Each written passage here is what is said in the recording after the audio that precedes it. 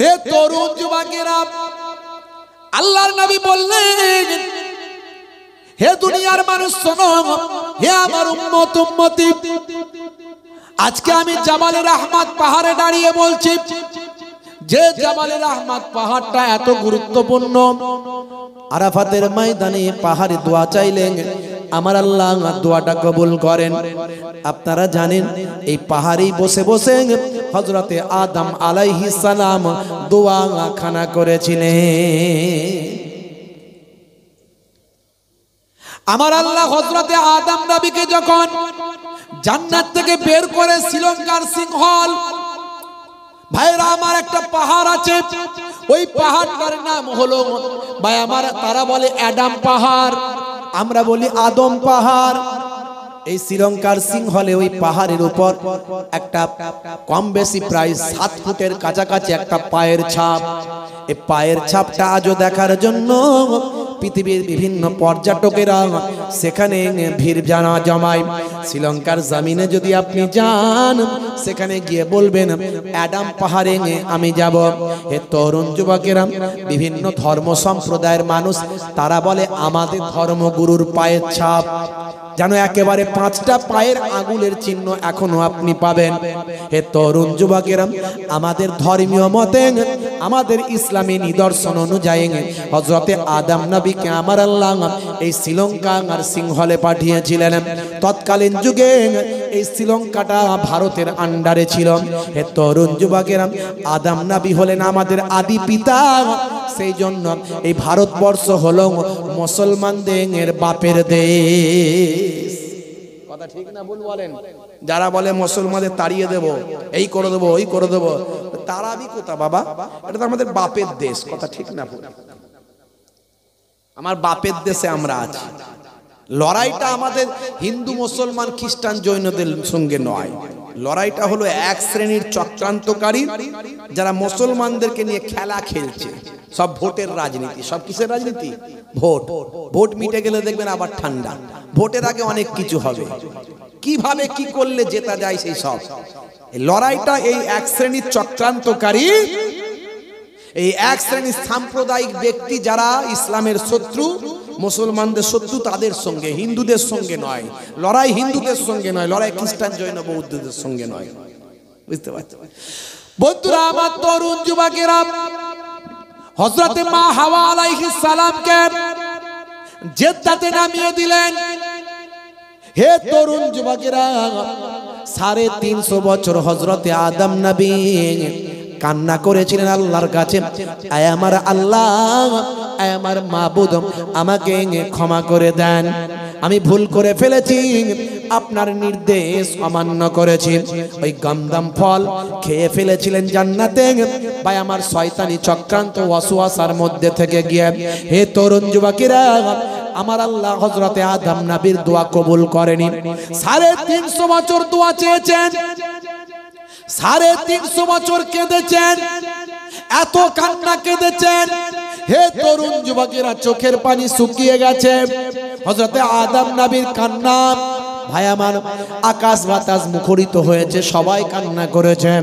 সেই আদম নবী সর্বশেষ কান্না যখন করেছিলেন, এই জাবালে রাহমাত পাহাড়ে উঠে তিনি আল্লাহর দরবারে কেঁদেছিলেন। কাঁদতে কাঁদতে বলেছিলেন, আয় আমার মাবুদ, মনে পড়ে গেছে আমার, যখন আমি জান্নাতে ছিলাম, তোমার একজন মাহবুব বান্দা নামটা জান্নাতের দরজায় দেখেছিলাম। তিনি হবেন আমার পরের প্রজন্ম, আমারই বংশধর, আমারই সন্তান। তিনি হবেন তোমার শেষ নবী, তিনি হলেন আখিরি জামানার পয়গম্বর, জগতের শেষ নবী জনাবে মুহাম্মদ মুস্তাফা সাল্লাল্লাহু আলাইহি ওয়াসাল্লাম। আয় আমার মাবুদ, সেই তোমার প্রিয় বান্দা, তোমার প্রিয় হাবিব, আখিরি জামানার পয়গম্বর, তার খাতিরে তুমি আমার দোয়া কবুল করে নাও। আমার আল্লাহ বললেন, বাবা আদম, এবারে তুমি এমন অজুহাত নিয়ে এসেছো, এমন ওসিলা নিয়ে এসেছো, এবার আর আমি তোমাকে ফেরাতে পারলাম না। যাও যাও যাও হে আদম, আমি তোমার দোয়াটা কবুল করে নিলাম। যে পাহাড়ে হযরতে আদম নবীর দোয়া কবুল হয়েছিল সেই পাহাড়টা হলো আরাফাতের ময়দানে, পাহাড়টার নাম হলো জাবালে রাহমাত। সেই জাবালে রাহমাত পাহাড়ের উপর একটা পিলার দেওয়া আছে, আদম নবীর স্মৃতির জন্য সেখানে রাখা আছে। হযরতে আদম নবী মাথা তুলে দেখলেন হযরতে মা হাওয়া আলাইহা সালাম জেদ্দার দিক থেকে হেঁটে হেঁটে আসছে। জোরে হবে না? জোরে হবে না? আল্লাহর নবী সেই পাহাড়ে ওয়াজ করেছিলেন, শেষ ওয়াজ, যেটা হলো আল্লাহর নবীর বিদায় ওয়াজ। 1,20,000 সাহাবায়ে কেরামদের সামনে ওই জাবালে রাহমাত পাহাড়ে দাঁড়িয়ে আল্লাহর নবী ওয়াজ করেছিলেন। আর সেদিন কোরআন মাজিদের আয়াতে কারিমা জিবরাইল ফেরেশতা নিয়ে এসেছিলেন, আল ইয়াউমা আকমালতু লাকুম দীনাকুম ওয়া আতমামতু আলাইকুম নি'মাতি ওয়া রাদিতু লাকুমুল ইসলাম দীনা। এই কোরআন মাজিদের এই আয়াত সেদিন নাজিল হয়ে ইসলাম ধর্ম আমার আল্লাহ কমপ্লিট করেছিলেন। এই কমপ্লিট হওয়ার আয়াত নাজিল হলো, আল ইয়াউমা আকমালতু লাকুম দীনাকুম, মুকাম্মাল করে দিলাম আপনাদের জন্য আমি আল্লাহ তাআলা দ্বীনকে, ইসলামকে। জোরে বলুন সুবহানাল্লাহ।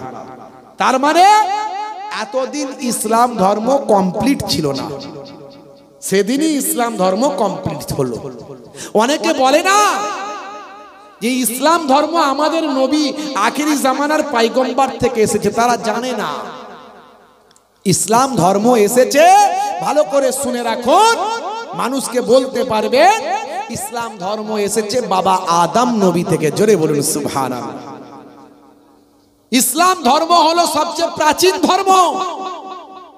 কোরআন মাজিদ খুলে দেখুন, সব নবীদের ধর্ম ছিল ইসলাম, সব নবীরা ছিলেন মুসলিম। জোরে বলুন সুবহানাল্লাহ। বন্ধুরা আমার, তরুণ যুবকেরা আমার, মুরব্বিয়ানেরা আমার, আমার আল্লাহ সেদিনে আয়াত নাজিল করে জানিয়ে দিলেন, ওয়া আতমামতু আলাইকুম নি'মাতি, আমি আল্লাহ আমার নিয়ামতকে পরিপূর্ণ করে দিলাম। ওয়া রাদিতু লাকুমুল ইসলাম দীনান, ইসলামকে আমি আল্লাহ আপনার জন্য মনোনীত, আপনাদের জন্য মনোনীত করে দিলাম। জোরে বলুন সুবহানাল্লাহ। হে তরুণ যুবকেরা, হে আমার বন্ধুরা, শুনে রেখে দিন বাবা, জেনে রেখে দেন, আমার আপনার নবী বললেন, আয় আমার উম্মত উম্মতে, আমি হলাম শেষ নবী, আমার পরে আর কেউ নবী আসবে না। আনা খাতামান নাবিয়িনা লা নাবিয়্যা বাদি। তবে মনে রাখবেন, কাল কিয়ামত পর্যন্ত নবী না এলেও নবীদের ওয়ারিস আসবে, নবীদের বংশধর আসবে। কারা নবীদের বংশধর, কারা ওয়ারিস? পীরের ছেলে পীর হবে না, না না, এটা কোথাও লেখা নাই। নবীর ছেলে নবী হবে এমন কথা কোথাও লেখা নাই। ওলির ছেলে ওলি হবে এটা কোথাও লেখা নাই। আপনার ঘরের ছেলেটাও ওলি হতে পারে যদি যোগ্য হতে পারে, ওলি আল্লাহর বেলায় আল্লাহ দিতে পারেন। আপনার ঘরের ছেলেটাও পীর হতে পারে যদি আল্লাহ যোগ্যতা দান করেন। হে তরুণ যুবকেরা, হে আমার মুরব্বিয়ানেরা, আমার আপনার নবী বললেন, আল উলামা ওয়ারাসাতুল আম্বিয়া। হে দুনিয়ার মানুষ শোনো, হাক্কানি আলেম ওলামারা হলো নবীদের বংশধর। নবীদের বংশধর যারা হবে তাদের আল্লাহ কি সম্মান দিয়েছে। শুধু তাই নয়, ভালো করে শুনবেন এই লাইনটা, এই কথাটা, ওলামা ও উম্মতি কা আম্বিয়ায়ে বানি ইসরাইল। দয়ার নবী বলছেন, আমার উম্মতের মধ্যে যারা হাক্কানি আলেম তারা হলো বানি ইসরাইল যুগের নবীদের পর্যায়ভুক্ত। জোরে বলুন সুবহানাল্লাহ। মান যারা আলেমান ফাকান্নামা যারানি, যে আলেমে হাক্কানির সঙ্গে জিয়ারত করলো সে যেন আমি দয়ার নবীর সঙ্গে জিয়ারত করলো। মান সাফাহা আলেমান ফাকা আন্নামা সাফাহানি, যে আলেমে হাক্কানির সঙ্গে মুসাফা করলো সে যেন আমি দয়ার নবীর সঙ্গে মুসাফা করলো। জোরে হবে না? মান জালাসা আলেমান ফাকা আন্নামা জালাসানি, যে আলেমে হাক্কানির মজলিসে গিয়ে বসলো সে যেন আমি দয়ার নবীর মজলিসে এসে বসলো। জোরে হবে না? কিন্তু সেই আলেমে হাক্কানিটা আলেমে হাক্কানির মতো হতে হবে, যার সামনে গিয়ে বসলে আল্লাহ এবং রাসূলের কথা মনে পড়ে যাবে। দুনিয়ার কোনো গীবত, শেকায়েত, চগলখড়ি, হিংসা, বিদ্বেষ, অহমিকা, আত্মগরিমা, অহংকার তার মধ্যে থাকবে না বাপ। এই চেহারা দেখে আলেম বোঝা যাবে না, ডিগ্রি দেখে আলেম বোঝা যাবে না। প্রকৃত আলেমে হাক্কানি হতে গেলে তাকে নবিয়ানা তরিকায় চলতে হবে। হে তরুণ যুবকেরা, হে আমার বন্ধুরা, শুনে রেখে দিন বাবা, জেনে রেখে দেন। হে মুসলমান, একটু লক্ষ্য করুন, সেই আলেমে হাক্কানিরা এখন ওয়াজ নসিহত করেন।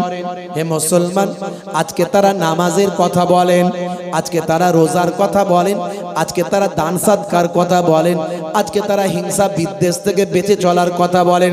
হে তরুণ যুবকেরা, এই ইসলামকে প্রতিষ্ঠা করার জন্য আমার আপনার নবী কত কষ্ট করেছেন, কতটা মেহনত করেছেন। হে যুবকেরা, প্রত্যেকটা নবী, প্রত্যেকটা পয়গম্বর কত মেহনত করেছেন, কতটা কষ্ট করেছেন বাপ। হে যুবকেরা, হে আমার বন্ধুরা, মক্কা শরীফ, মদিনা শরীফে গেলে আপনি দুই ধরনের খেজুর অবশ্যই খাবেন। একটা হলো কালো খেজুর, আর একটা হলো দানা ছাড়া খেজুর। খেয়েছেন?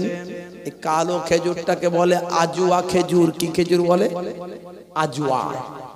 এই খেজুরটার সম্পর্কে আল্লাহর নবীর হাদিস আছে। আল্লাহর নবী সোনার জবানে জানিয়ে দেন, যদি কেউ সকালবেলা খালি পেটে 7টা আজুয়া খেজুর খায়, সেই দিনে তার শরীরে বিষ ক্রিয়া হবে না। সেই দিনে তাকে কেউ জাদু করলেও জাদুটা আমার কাজে লাগবে না। হে তরুণ যুবকেরা, ইংল্যান্ডের ম্যানচেস্টার বিশ্ববিদ্যালয়, সালটা হলো 2020 সাল, ইন্টারনেটে ভাইরাল একজন পৃথিবী বিখ্যাত স্কলার। হে তরুণ যুবকেরা, হে আমার মুরব্বিয়ানিরা, বিভিন্ন ধর্ম সম্পর্কে সেখানে আলোচনা হচ্ছে, বিভিন্ন ধর্মের কথোপকথন হচ্ছে। মুসলমানদের একজন ধর্মীয় ব্যক্তি, ধর্মীয় প্রধান সেখানে আছেন, অন্যান্য সম্প্রদায়ের মানুষ সেখানে আছেন, অন্যান্য সম্প্রদায়ের ধর্মীয় ব্যক্তিরা সেখানে আছেন। হে তরুণ যুবকেরা, ইংল্যান্ডের ম্যানচেস্টার বিশ্ববিদ্যালয়ে হল ঘরে তখন ধর্ম নিয়ে আলোচনা চলছে, কথোপকথন হচ্ছে। সেই সময় একজন অন্য ধর্মের ধর্মযাজক পণ্ডিত মুসলমানদের ধর্মযাজক ধর্মীয় পণ্ডিতকে বলতে লাগলেন, আচ্ছা বলুন তো দেখি, আপনার ইসলামে যা বলা হয়েছে সেগুলো না হলে আমি মেনে নিলাম, অনেক কথাই আমি বিশ্বাস করি, ইসলামে যা বলা হয়েছে সেগুলো বিজ্ঞান আর বাস্তবসম্মত। কথা ঠিক না ভুল বলেন? আমি এর আগে অনেক বলেছি, ইসলামে বলা হয়েছে ডান দিকে কাত হয়ে ঘুমাও, নবী বলেছেন ডান দিকে কাত হয়ে ঘুমাতে। আপনি যদি কয়েকদিন ডান দিকে কাত হয়ে ঘুমান, আপনার নার্ভটা অ্যাডজাস্ট হয়ে যাবে। আপনি মাত্র 21 দিন চেষ্টা করুন, 21 দিন পর থেকে আপনার নার্ভ অটোমেটিক, আপনার নার্ভ আপনাকে সুলি ডান দিকে কাত করে দেবেন। 1450 বছর আগে নবী বললেন, যখন তোমরা ঘুমাবে ডান দিকে কাত হয়ে ঘুমাবে। আজকের স্বাস্থ্য বিশেষজ্ঞরা বলেন বাম দিকে থাকে হার্ট। হার্টের কাজ কি? আমরা যে খাদ্যটা আমরা খাই, এই খাদ্যটা থেকে 3 ধরনের জিনিস তৈরি হয়। একটা হলো ব্লাড, খাবার থেকে ব্লাড তৈরি হচ্ছে। আমার আল্লাহর কুদরতি মেশিন সম্পর্কে যদি আপনি চিন্তা করেন, আপনি অবাক হয়ে যাবেন ভাই। আজকে আপনার চোখ আছে, আপনি কিছু ভাবছেন না, আপনার হাত আছে, আপনি কিছু ভাবছেন না। যার হাত নাই, যার চোখ নাই, তাকে জিজ্ঞাসা করুন এই যে জিহবা, এই জিহবাতে 3 ধরনের স্বাদ পাওয়া যায়। আমি বলছি না, সায়েন্স বলছে, বিজ্ঞান বলছে, জিহবার এই ডগে অর্থাৎ সামনে যে টেস্ট পাবেন, মাঝখানে সেই টেস্টটা আপনি পাবেন না, হয়তো আমরা বুঝতে পারি না। আবার গোড়ার দিকে যে আমরা টেস্টটা পাই, সেই টেস্টটা আমরা এই ডগেতে আমরা পাই না। হে তরুণ যুবকেরা, হে আমার মুরব্বিয়ানেরা, আপনি মাঝে মাঝে চেষ্টা করবেন, দেখবেন সব ধরনের টেস্ট নিয়ে শুধু সামনেটা দিয়ে টেস্ট করবেন, দেখবেন আপনি অনেক কিছু টেস্টই আপনি পাবেন না। কারণ সেই খাবারটা যখন ভিতরে না যাবে, ততক্ষণ পর্যন্ত সেই খাবারের স্বাদ আপনার ভিতরে আসবে না। হে তরুণ যুবকেরা, আমার আল্লাহ কি নিয়ামত করেছেন এই জিহ্বাকে। এক একটা জিনিস নিয়ে যদি গবেষণা করি, আমরা অবাক হয়ে যাব বাবা মার।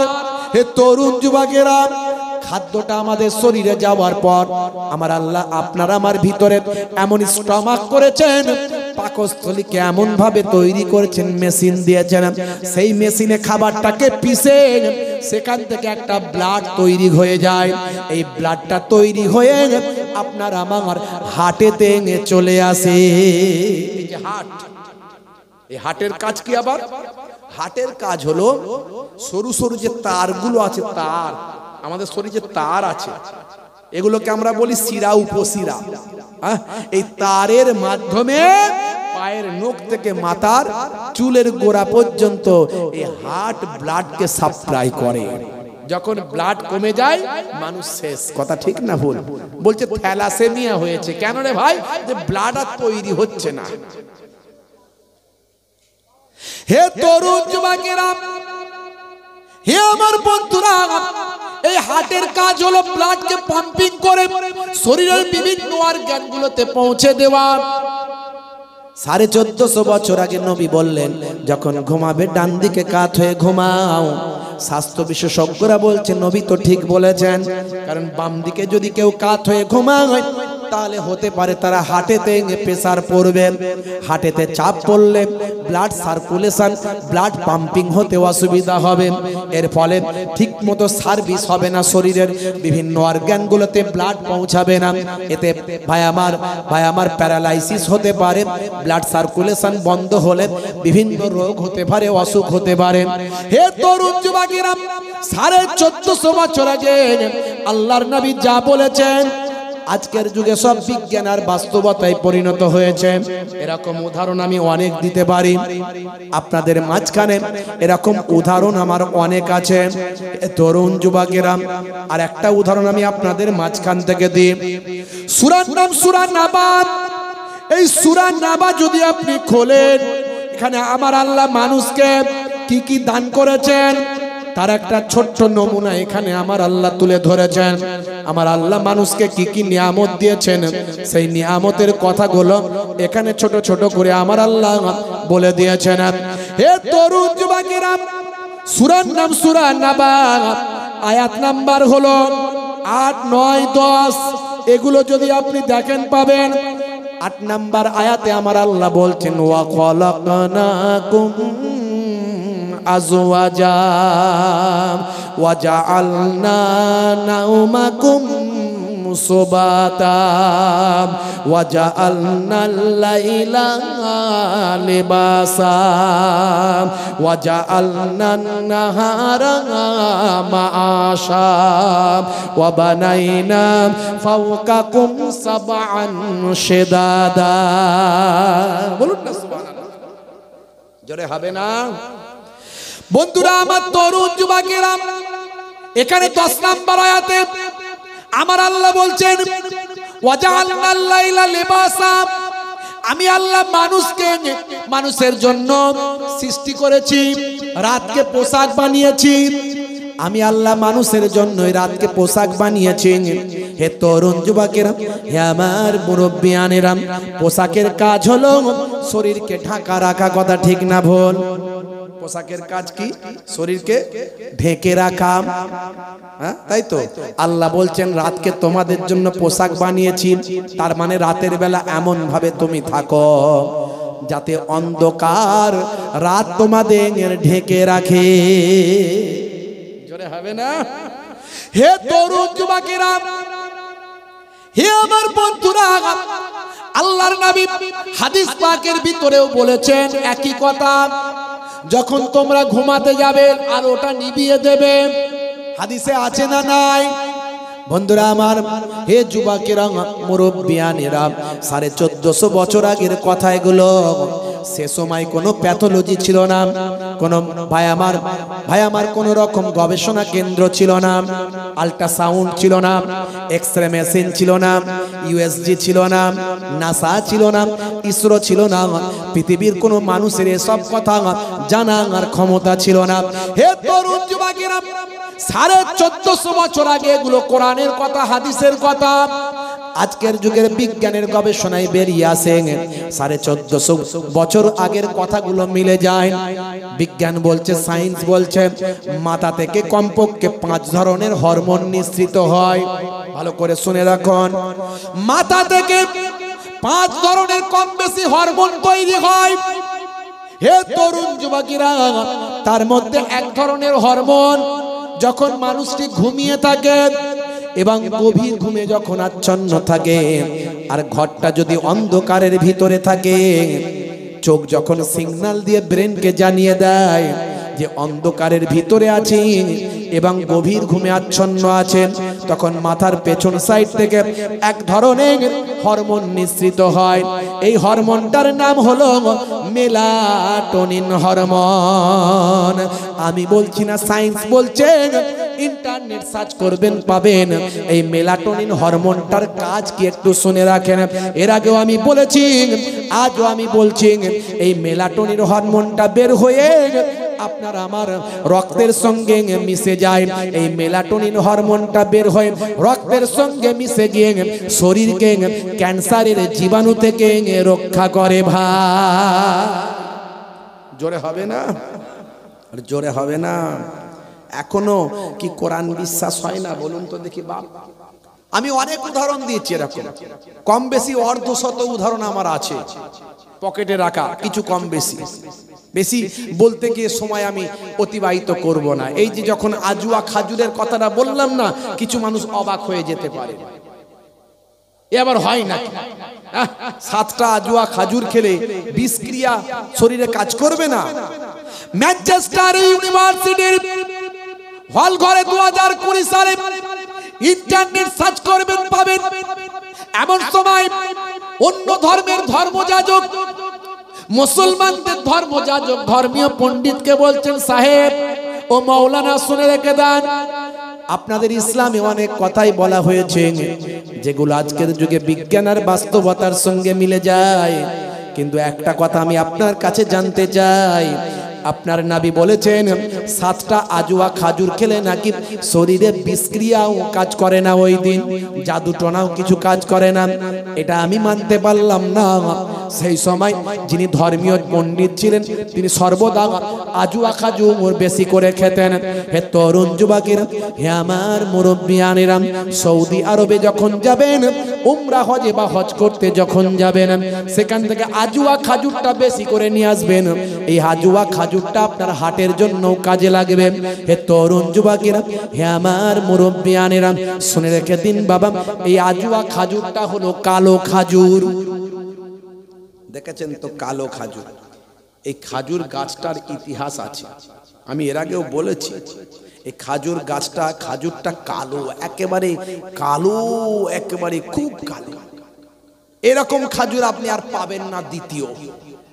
এই একটাই খাজুর পাবেন এত কালো। খাজুর খাজুরের মতো হয়, আমরা দেখেছি, একটু লালচে গোছের, একটু বাদামি গোছের, কথা ঠিক না ভুল? কিন্তু কালো মিশমিশে খাজুর আপনি পাবেন না, একটাই খাজুর পাবেন। হযরতে সালমান ফারসি রাদিয়াল্লাহু তাআলা আনহু, তিনি ছিলেন একজন অগ্নি পূজকের সন্তান, যাকে আরবিতে বলা হয় মাজুসি। এই মাজুসির সন্তান, তার পিতা ছিলেন একজন বিরাট বড় ধর্মগুরু। অগ্নি পূজকদের, মাজুসিদের একজন বড় ধর্মযাজক। বাড়িতে সব সময় কাঠে আগুন জ্বলিয়ে থাকত, আগুন নেভাতো না। সালমান ফার্সি বিরাট ধন সম্পদের মালিক, তার পিতা হলেন একজন ধর্মগুরু।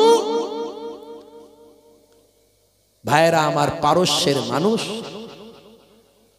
তাকে তার পিতা বলেছে, বাবা সালমান, তুমি তো আমার উত্তরাধিকারী হবে, এখন থেকে একটু প্র্যাকটিস করো, মানুষজনের সঙ্গে মেশো, আর যে কোনো অবস্থায় পড়ো না কেন এই আগুন জ্বলা বন্ধ করবে না, সবসময় আগুন যেন জ্বলে, কারণ আগুনই হলো আমাদের খোদা। যা চাওয়ার যা বলার আগুনের কাছে বলবে। সালমান ফার্সি এক সময় ঠান্ডা মাথায় চিন্তা করছে, আমি যদি কাঠ না দিই আগুন নিভিয়ে যাবে, বন্ধ হয়ে যাবে, যে আমার সাহায্য ছাড়া বাঁচতে পারে না সে আবার আমার প্রভু কেমন করে হলো? সালমান ফার্সির মাথায় এটা স্ট্রাইক করলো। অনেক কষ্ট করেছে, জমিদার ঘরের সন্তান, অনেক বড় ধনসম্পদের মালিক, ঘরে অনেক ভাই আমার চাকর বাকর ভর্তি, অনেক ঘটনা আমি বলেছি, সালমান ফার্সির লাইফ হিস্ট্রি আমি বলেছি, ইন্টারনেটে পাবেন। এখন তো এই জন্যই বলি, ওয়াজ বেশি শোনার দরকার নাই, অল্প শুনবেন, কিন্তু মন দিয়ে শুনবেন, সেটাকে আমল করবেন। এটা আমার কথা নয়, আমার নানাজান ফুরফুরা শরীফের ছোট হুজুর কেবলার কথা নয়, আমার দাদাজান মায়াপুর পিন্নাগরি হুজুর কেবলার কথা নয়, কথাটা স্বয়ং দোজাহানের বাদশার কথা। দয়ার নবী বলছেন, তাদারিসুল ইলম, ইলমের দার্স নাও, ফিল লাইল, রাতের বেলা, সাতান, 1 ঘন্টা। এই 1 ঘন্টা যদি দিনের দার্স নিতে পারো, তাহলে রাতের বেলা 1 ঘন্টা যদি কোরআন হাদিসের আলোচনাটা যদি শুনতে পারো, বক্তা যদি বলার মতো বলতে পারে, শ্রোতা যদি শোনার মতো শুনতে পারে, আল্লাহর নবী বলছেন, খায়রুম মিন আহিয়াইহা, সারা জীবন যত নফল ইবাদত করেছো তার থেকে 1 ঘন্টার আলোচনা শোনাটা সবচেয়ে বড় ইবাদত। জোরে বলা যাবে না সুবহানাল্লাহ? এই জন্য বলি, 2 দিন আলোচনা শুনছেন, মাশাআল্লাহ, খুব ভালো, খারাপ বলছি না আমি, অনেক বেশি ওয়াজ শুনছেন, কিন্তু কতটা গ্রহণ করতে পারছেন সেটা ভাবতে হবে। ভাইরা আমার, তরুণ যুবকেরা আমার, মুরব্বিয়ানেরা আমার, মুসলমান,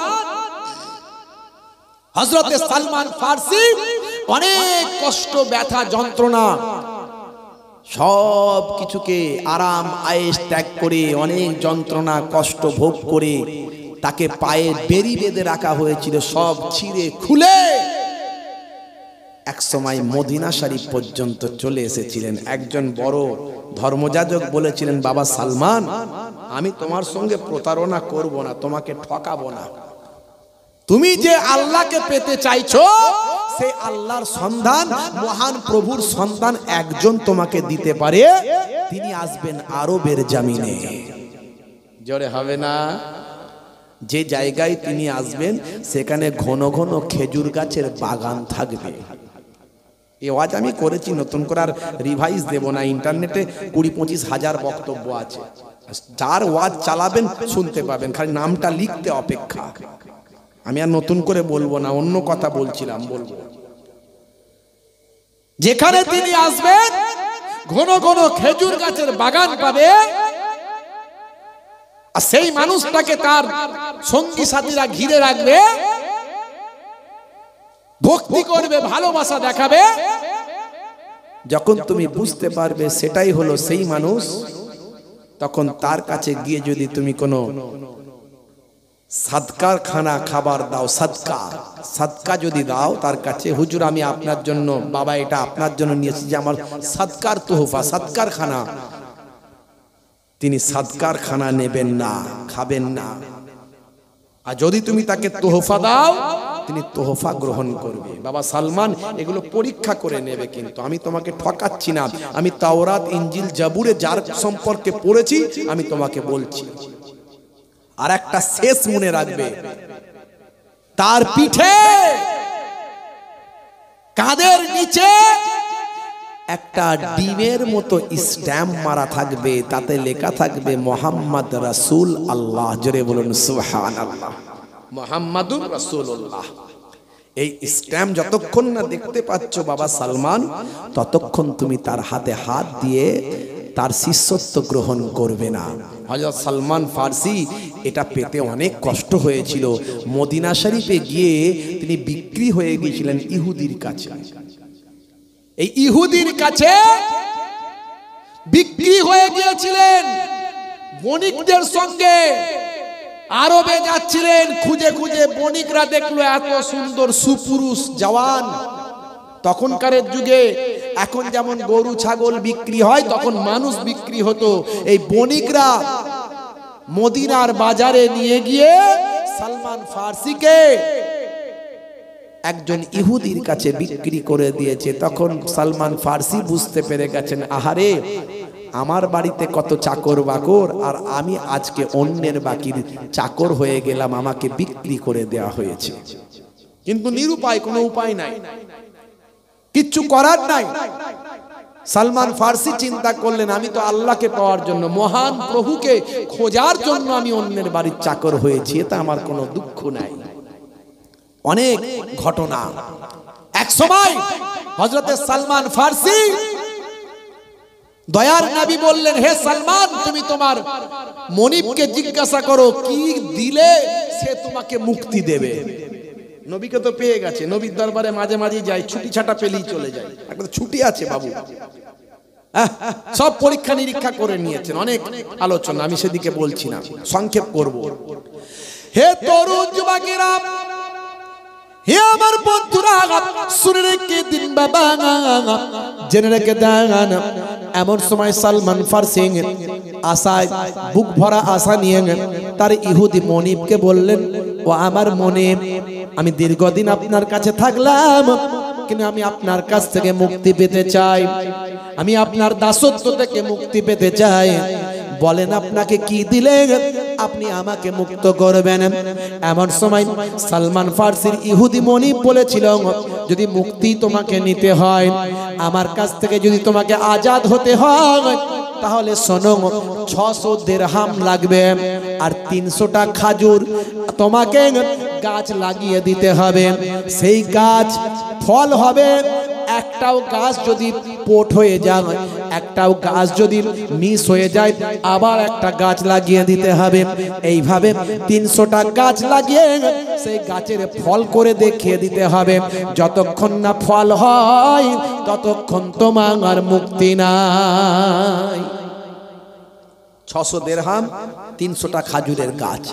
একটা গাছ মরে গেলে আবার গাছ লাগাতে হবে, গাছ লাগিয়ে ফল হবে, প্রত্যেকটা গাছের ফল হলে তবে তোমাকে ছাড়বো। তার মানে ইহুদি চেয়েছে এমন শর্ত দেব যাতে সালমান নাজাত না পায়, সালমান ফার্সি হুজুর যাতে মুক্তি না পায়, যাতে আজাদ না হতে পারে, এমন একটা শর্ত দিল। হে তরুণ যুবকেরা, হযরত সালমান ফার্সি আল্লাহর নবীর কাছে এসে বলে, ইয়া রাসূলুল্লাহ, হাবিবাল্লাহ, আমার আর আজাদ হওয়া হবে না। কেন সালমান, কি হয়েছে? তুমি কি তোমার মনিবকে বলেছিলে? জি হুজুর, বলেছিলাম মনিবকে, কিন্তু আমার মনিব বলেছে এই এই শর্ত দিয়েছে হুজুর। আল্লাহর নবী বললেন, হে বাবা সালমান, শোনো, চলো তুমি চিন্তা করো না, আমি হযরতে আলীকে নিয়ে আর তোমাকে নিয়ে যাচ্ছি ইহুদির কাছে। ওই ইহুদি তোমাকে খাজুর চারা দেবে বলেছে। বলে, হ্যাঁ হুজুর, যাও খাজুর ওই গাছগুলো বা খাজুরগুলো বীজগুলো নিয়ে নাও। হে তরুণ যুবকেরা, হযরতে সালমান ফার্সি খাজুরের বীজগুলো ইহুদি দিল, ইহুদির শর্ত মেনে নিল হযরতে সালমান ফার্সি। আল্লাহর নবী বললেন, বাবা আলী, ও বাবা আলী, তুমি গর্তটা খুলে খুলে চলে যাবে, আর আমি সেই ইহুদির দেওয়া খাজুরের বীজটা লাগাতে লাগাতে যাব। বাবা সালমান, তুমি শেষে পানিটা দিতে দিতে যাবে, পেছন দিকে কেউ তাকাবে না। জোরে হবে না, জোরে হবে না। এমন সময় ইহুদি যে বীজটা সালমান ফার্সিকে দিলেন, সেই বীজগুলোকে সব পুড়িয়ে, দানাগুলোকে পুড়িয়ে দিয়েছে, যাতে করে এই পোড়া বীজ গাছ না হয়। আল্লাহর নবীর কাছে যখন হযরত সালমান ফার্সি ইহুদির দেওয়া চোখ পড়া পানি, বুক পড়া বেদনা নিয়ে পোড়া বীজগুলো যখন আল্লাহর নবীর হাতে দিলেন, আল্লাহর নবী বীজগুলো দেখে বললেন, ওই জালেম ইহুদি সে চাই না তুমি মুক্তি পাও, তাই সে বীজগুলোকে পুড়িয়ে দিয়েছে যাতে করে এই পোড়া বীজ থেকে গাছ না হয়। তবে সালমান তুমি চিন্তা করো না, আমি দয়ার নবী দোয়া চাইবো, আমার আল্লাহ এতে কি গাছ দিয়ে দেবেন। হে তরুণ যুবকেরা, হে আমার মুরব্বিয়ানেরা, হযরতে আলী মুর্তজা কারামাল্লাহু ওয়াজহু গর্ত খুলতে খুলতে গেলেন, আল্লাহর নবী বীজগুলো বপন করতে করতে গেলেন, মাটিটা চাপা দিতে দিতে গেলেন। সালমান ফার্সিকে বললেন, পানিটা দিতে দিতে এসো বাবা, তবে মনে রেখো পেছন দিকে তাকাবে না। হে তরুণ যুবকেরা, সব বীজগুলো যখন বসানো হয়েছে, শেষ হয়ে গেল বীজ বসা, পেছন দিকে আল্লাহর নবী বললেন, এবার তাকিয়ে দেখো, প্রত্যেকটা বীজ থেকে আমার আল্লাহর কুদরতি ক্ষমতায় নবীর ওসিলায় গাছ হয়ে ফল খানা ধরে গিয়েছে, আর প্রত্যেকটা ফল হলো আজওয়া খাজুর। জোরে হবে না, জোরে হবে না। এই হলো আজওয়া খাজুরের ইতিহাস। আল্লাহর নবী বলেছেন সাহাবীকে, এই সাহাবী তোমার বুকে ব্যথা, তোমার বুকে ব্যথা, আজওয়া খাজুর খাও, আল্লাহ তোমার স্বাস্থ্য ভালো করে দেবেন। জোরে হবে না ভাইরা আমার। আর একটা খাজুর খাবেন, মক্কা শরীফ মদিনা শরীফে গেলে সেই খাজুরটার বীজ নাই। ভাই এমন কোন ফল পৃথিবীতে পেয়েছেন যে ফলের বীজ নাই? হ্যাঁ দেখেছেন বীজ নাই এরকম ফল পেয়েছেন বাপ? খাজুর একটা আছে যে ফলের বীজ নাই। আপনাদের আর জানা আছে কিনা জানি না, বীজ ছাড়া ফল এরকম আছে কিনা আমি জানি না, বললে হয়তো মনে পড়ে যাবে। কিন্তু এই ফলটার, এই খাজুরটার ভিতরে বীজ পাবেন না। এরও অনেক বড় ইতিহাস, আমি বলতে যাচ্ছি না এখন। আবু জাহিল তো মাঝে মাঝে আমার নবীর উপর জুলুম করত, শুধু পরীক্ষা করত। একদিন খাজুর থেকে বীজটাকে ফেলে দিয়ে বলে, বাবা মুহাম্মদ তোমার দেখছি এই জাদু মন্ত্র সব জায়গায় চলছে, গাছকে ডাকলে গাছ চলে আসে, হাতের ভিতর থেকে ধুলো বালিয়ে তোমাকে সাক্ষী দিয়ে তোমাকে তোমার কলেমা পড়ে নেয়, হ্যাঁ তুমি আকাশের দিকে চাঁদের দিকে আঙুল দিয়ে ইশারা করলে চাঁদও এ হয়ে যায়, কি বলে দুখানা হয়ে যায়, তোমার জাদু দেখছি সব জায়গায় চলছে।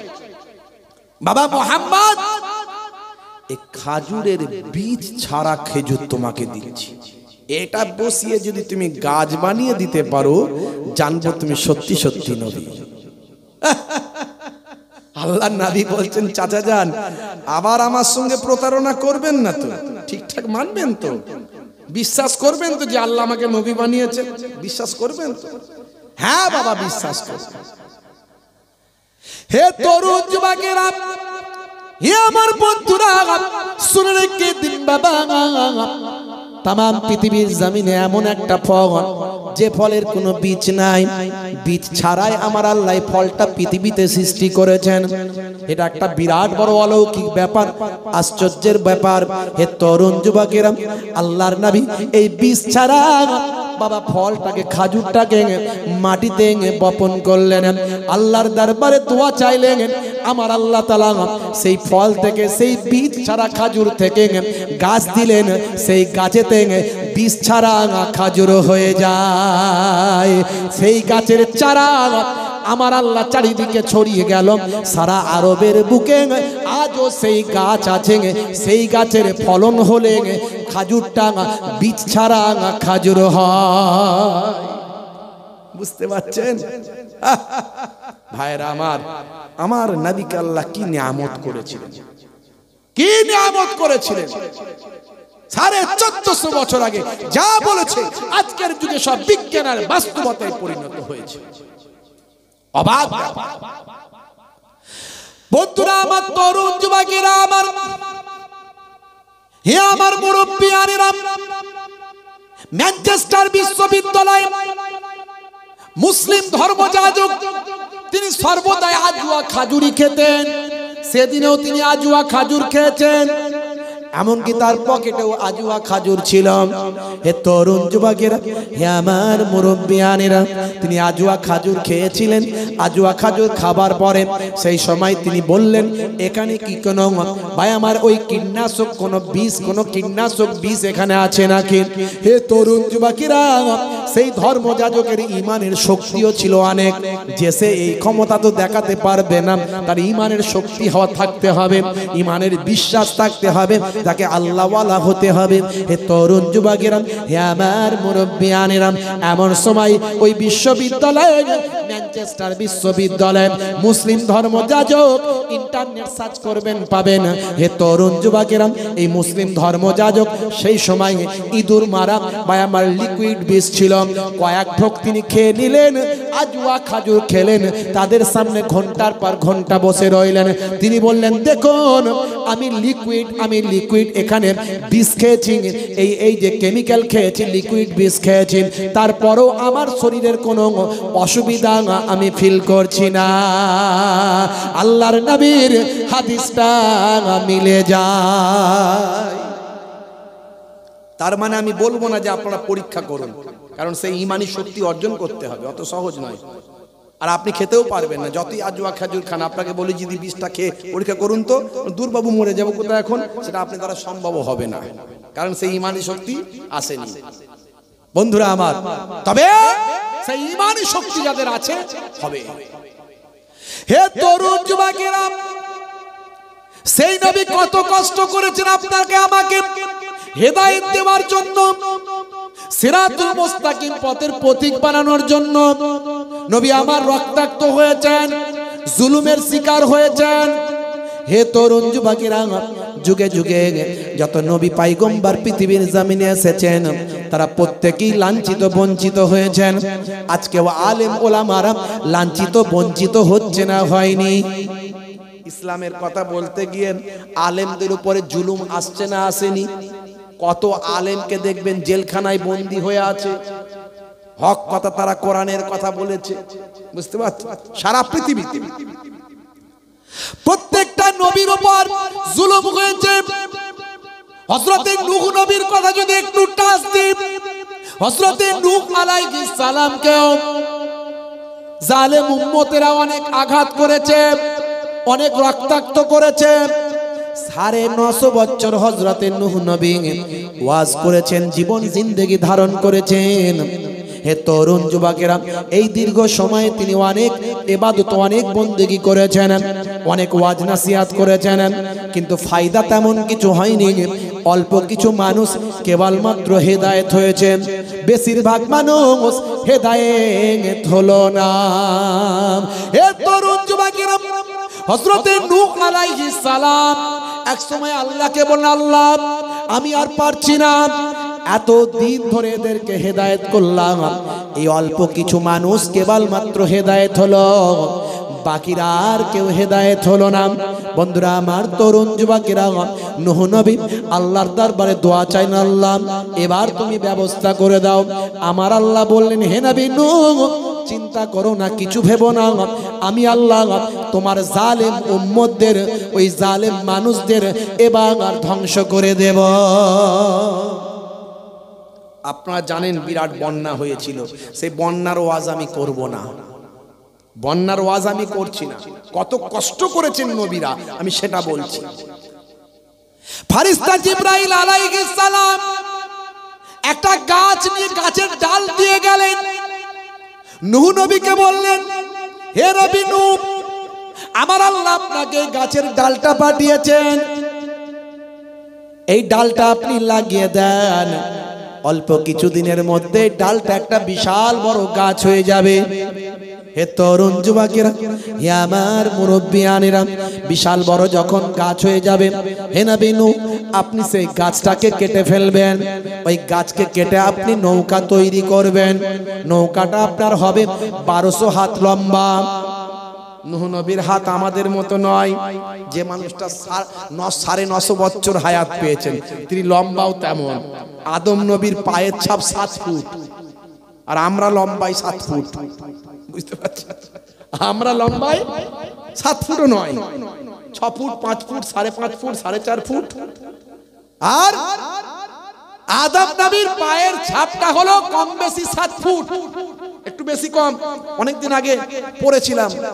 তো যাই হোক ভাইরা আমার, তার মানে তারা কত লম্বা চওড়া ছিলেন বুঝতে পারছেন। হে তরুণ যুবকেরা, হযরত নূহ নবীকে আল্লাহ বললেন, ফেরেশতা জিবরাইল আলাইহিস সালাম বললেন 1200 হাত লম্বা হবে আপনার নৌকা, লম্বায় হবে 1200 হাত আপনার হাতের। কারণ যত মানুষ ঈমান কবুল করেছেন তারা সেই নৌকাতে এসে উঠে যাবে। কষ্ট হচ্ছে আপনাদের? কষ্ট হচ্ছে? খুব ছোট করে, আর বেশি নয়, সময় খুব কম। বন্ধুরা আমার, তরুণ যুবকেরা আমার, চওড়ায় হবে 600 হাত, লম্বায় 1200 হাত, চওড়ায় 600 হাত, আর উচ্চতায় হবে 30 হাত। হে তরুণ যুবকেরা, হে আমার মুরব্বিয়ানেরা, শুনে রেখে দিন বাবা, জেনে রেখে দেন, নৌকাটা হবে 3 তলা।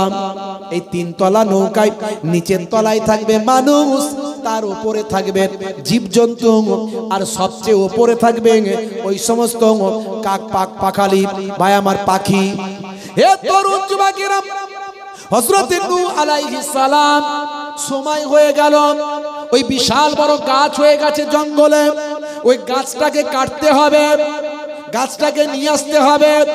কিন্তু এত বিশাল বড় আল্লাহ গাছ দিয়েছেন যে গাছ থেকে এত বিশাল বড় নৌকা তৈরি হবে, সেই গাছটাকে আনবে বয়ে কে? হে তরুণ যুবকেরা, হে আমার মুরব্বিয়ানেরা, নূহ নবীর জামানায় একজন ব্যক্তি ছিলেন, তার নাম হলো আউস বিন আনাক। ওই ব্যক্তি হায়াত পেয়েছিলেন 3500 বছর। বুঝতে পারছেন? একজন ব্যক্তি ছিলেন, তার নাম হলো আউস বিন আনাক, যিনি কয়েকটা নবীর জামানা পেয়েছিলেন, হায়াত পেয়েছিলেন 3500 বছর। আল্লাহ তাকে এত ক্ষমতা দিয়েছিলেন, এত লম্বা চওড়া বানিয়েছিলেন, তিনি যখন সমুদ্রে নামতেন, সমুদ্রের পানিটা তার 1 কোমর, 1 বুক, 1 গলা পর্যন্ত হতো। সমুদ্রের মাছ তিনি হাত দিয়ে ধরতেন, আর জমিনে যখন উঠতেন হাতটা আকাশের দিকে, সূর্যের দিকে তুলতেন। সূর্যের প্রচন্ড তাপেতে মাছটা ভেজে ফেলতেন, ওই ভাজা মাছ তিনি খেয়ে ফেলতেন।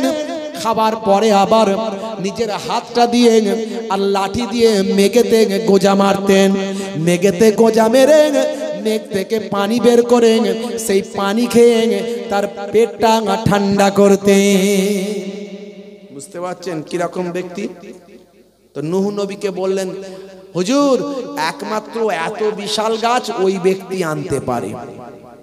তো নূহ নবী বললেন, তাকে ডাকো। তাকে ডাকা হলো। সেই লোক ছিল একটু সাদাসিধে, শুধু একটু পেটুক লোক, মানে খাওয়াতে হবে, খেলি কাজ করে দেবে। নূহ নবী বললেন, তোমাকে ওই গাছটা এনে দিতে হবে। সেই লোক বলল, হুজুর এনে তো দিতে পারি, পেট ভরে খাবার দিতে হবে। আল্লাহর নবী নূহ আলাইহিস সালাম বললেন, পেট ভরে খাবার তোমাকে দেব, চিন্তা নাই, যাও তুমি গাছটা এনে দাও, আর আমি তোমাকে পেট ভরে খাবারের ব্যবস্থা করে দেব।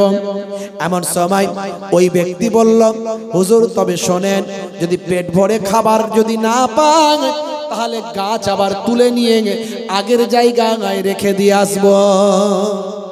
নবী নূহ আলাইহিস সালাম বললেন, আরে বাবা ঠিক আছে, পেট ভরি খেতে দেবো রে বাবু। এমন সময় যেখানে হাতি আনতে পারে না, ঘোড়ায় গাছ বয়ে আনতে পারে না, 20-50টা লোক বয়ে আনতে পারে না, সেখানে ওই ব্যক্তি একাই গিয়ে তুলে নিয়ে কাঁধে করে নিয়ে এসে হাজির। এবার আমাকে খেতে দাও নবী নূহ। হযরতে নূহ আলাইহিস সালাম সেই সময় 3টে রুটি দিয়ে বললেন, এই নাও আউস বিন আনাক, এই 3টে রুটি তোমার জন্য দিলাম। বলে, হুজুর এই 3টে রুটি আমার পেটের কোন কোনায় চলে যাবে টের পাবো না, তাড়াতাড়ি খাবার ব্যবস্থা করুন, নালে গাছ আবার তুলে নিয়ে আগের জায়গায় রেখে আসবো। আল্লাহর নবী বললেন, তুমি বিসমিল্লাহ বলে খাওয়া শুরু করো, পেট যদি না ভরে আবার খাবার দেব। হে তরুণ যুবকেরা, 1.5 খানা রুটি খাবার পরেই পেটটা তার ভরে গেল। বলে, আপনি কি আমাকে খাবার দিলেন, দেড়খানার বেশি খেতে পারি না। আসলে বিসমিল্লাহ বলার বরকত আল্লাহ দিয়েছেন, জোরে বলুন। হে তরুণ যুবকেরা, হযরত নূহ আলাইহিস সালাম সেই নৌকা তৈরি করলেন, কিন্তু আল্লাহ এখনো পানি দিচ্ছেন না, এখনো বন্যা হচ্ছে না। শুনছেন তো নাকি? নৌকা তৈরি হয়ে পড়ে আছে, আর সেই জামানার লোকগুলো অনেক খচ্চর মানুষ, বলে নূহ নবীর মাথা খারাপ হয়ে গেছে, দেখো ঝড় নাই, পানি নাই, বিশাল বড় নৌকা। হ্যাঁ, তারা কি করলো? বলে এক কাজ করো, নৌকা যখন করে দিয়েছে, আমাদের মাঠে ঘাটে পায়খানা করার অসুবিধা হচ্ছে, চলো নৌকাতে গিয়ে পায়খানা করি। যার যখন পায়খানা পায় ও নৌকায় গিয়ে পায়খানা করে দেয়, বুঝতে পারছি? তারা জালেম মানুষ, সংখ্যায় বেশি। এইভাবে দীর্ঘদিন ধরে নৌকায় গিয়ে পায়খানা শুরু করে। হে তরুণ যুবকেরা, নূহ নবী মাঝে মাঝে এসে দেখেন সর্বনাশ, এ তো নৌকায় শুধু পায়খানা আর পায়খানা। আস্তে আস্তে পায়খানায় যেন নৌকাটা ভর্তি হয়ে যাচ্ছে। হে তরুণ যুবকেরা, সারা দেশের মানুষ যখনই পায়খানা পায় ওই নৌকা এসে পায়খানা করে দেয়।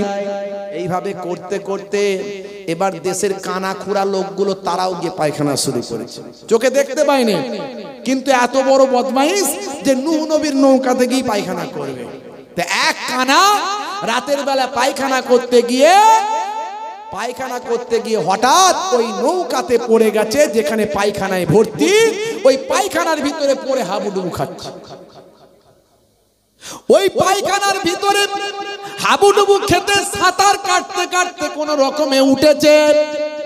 কোন রকমে যখন নৌকায় উঠেছে, পায়খানা থেকে যখন মুক্তি পেয়ে সাঁতার কেটে উঠেছে, তখনই দেখছে তার চোখটা ভালো হয়ে গেছে।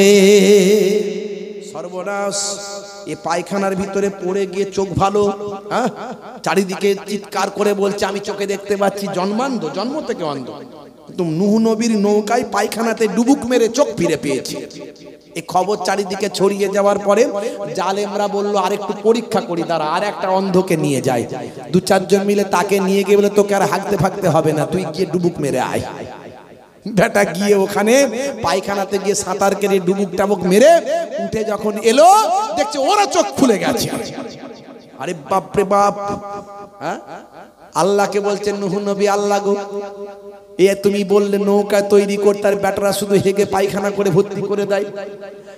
আল্লাহ বলছেন হে নবী নূহ, চিন্তা করো না, ভয় পেও না, আমি আল্লাহ হলাম, জালেমরা যত বড়ই চক্রান্ত করুক, আমি আল্লাহ হলাম তাদের সবার উপর সবচেয়ে বড় কৌশল নির্ণয়কারী। জোরে হবে না? জোরে হবে না? আমার আল্লাহ কোরআন মাজিদের ভিতরে বলেছেন ওয়া মাকারু ওয়া মাকারাল্লাহ ওয়াল্লাহু খায়রুল মাকিরিন। জোরে হবে না? এসআইআর হচ্ছে, মুসলমান ভয় পাচ্ছে।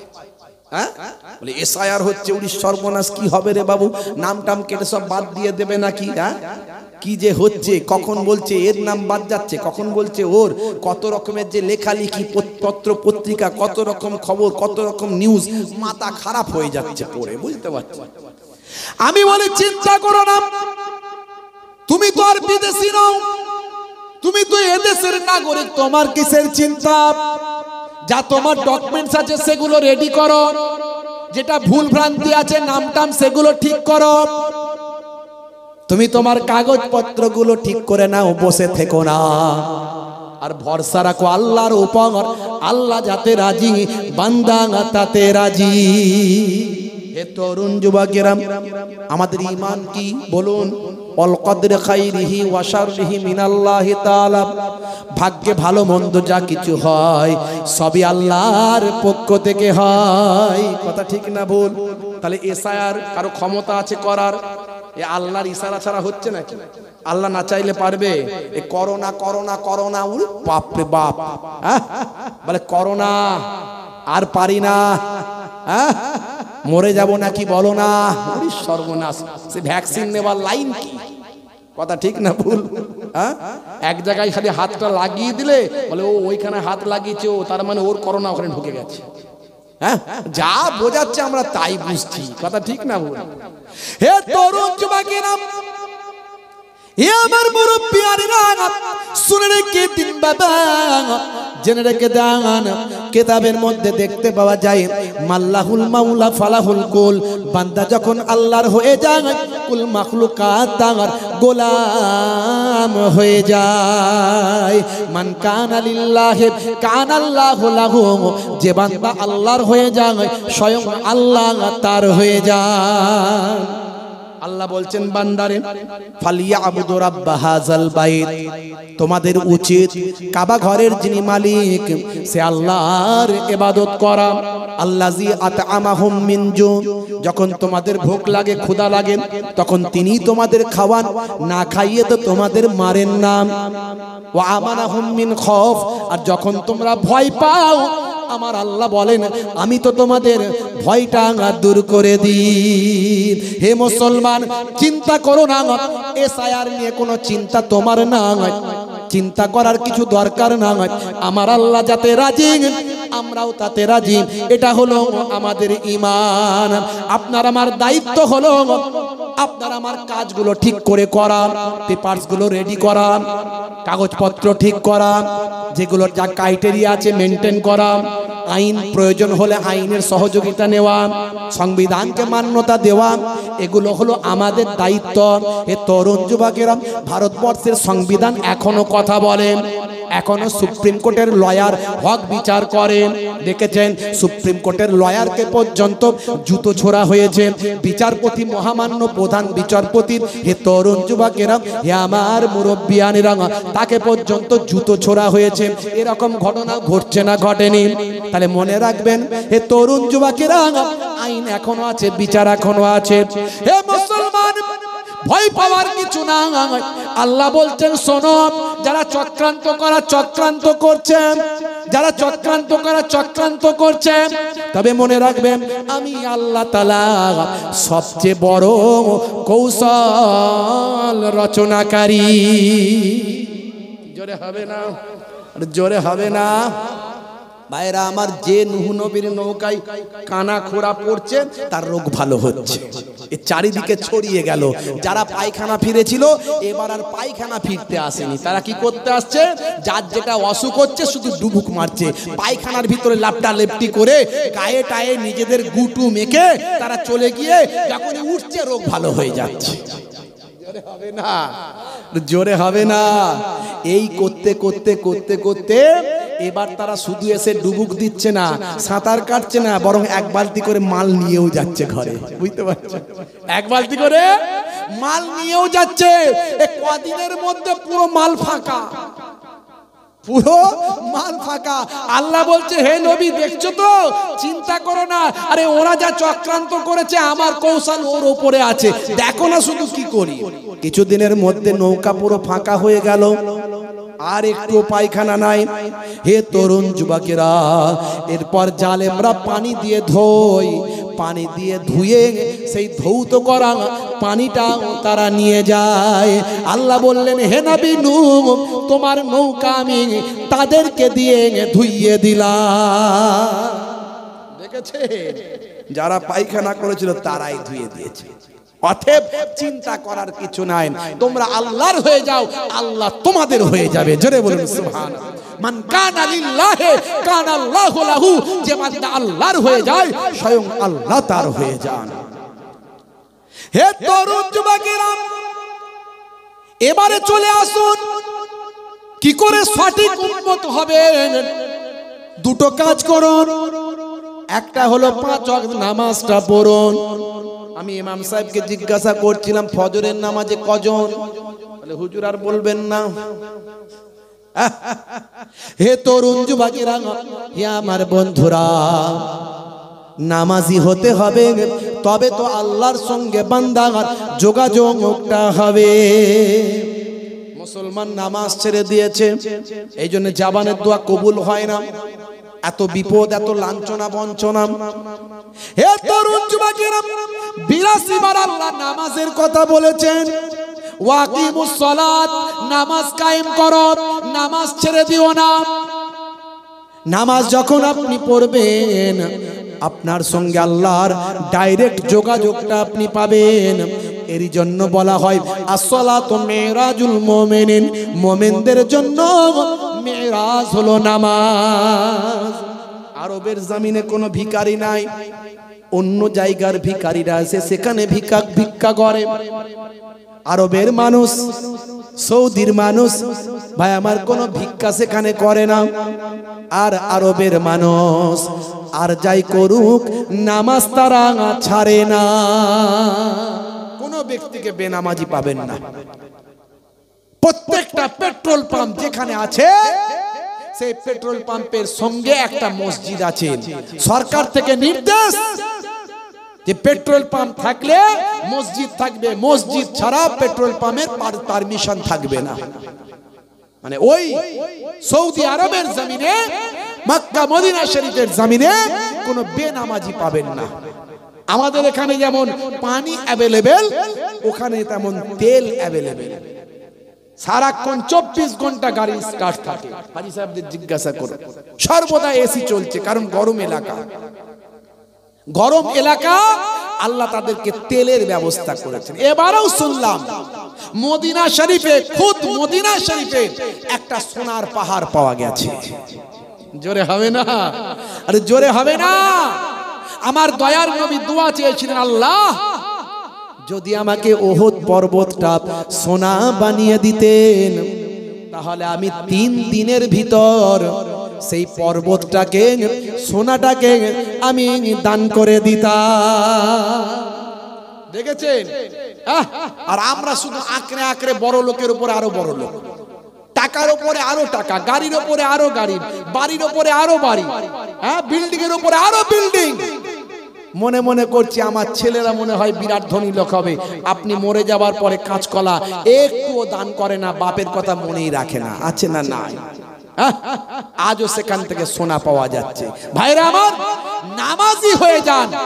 নামাজি হলে আপনার জবানের দোয়া কবুল হয়ে যাবে। জোরে বলুন সুবহানাল্লাহ। ভাইরা আমার, তাই আপনাদের কাছে আমার এতক্ষণের আলোচনার আমি এটাই বোঝাতে চেষ্টা করেছি, কোরআন সত্য, নবী সত্য, আল্লাহ নূরে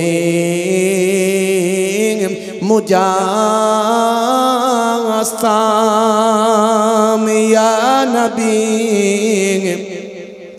সালাম আলাইকা ইয়া হাবিব সালাম আলাইকা ইয়া হাবিব।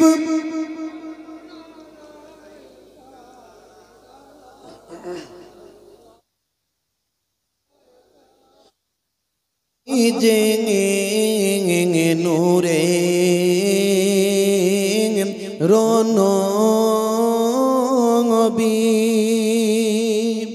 নিখিলের ধ্যানে রোছবি আপনি নাম এলে দুনিয়ায়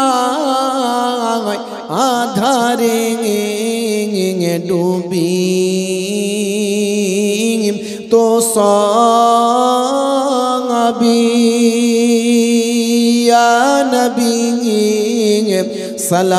সালামুন আলাইকা ইয়া রাসূল সালামুন। জোরে সোরে ইয়া হাবিব সালামুন আলাইকা সালাওয়াতুল্লাহ। চাঁদ সূরজ আকাশ সে আসে, সেই আলো হৃদয় নাহাসে এলে তাই হেন পরবি মানবের মনের আকাশ পাশে ইয়া নবী সালাম ইয়া রাসূল সালাম আলাইকা ইয়া হাবিব সালাম আলাইকা সালাওয়াতুল্লাহ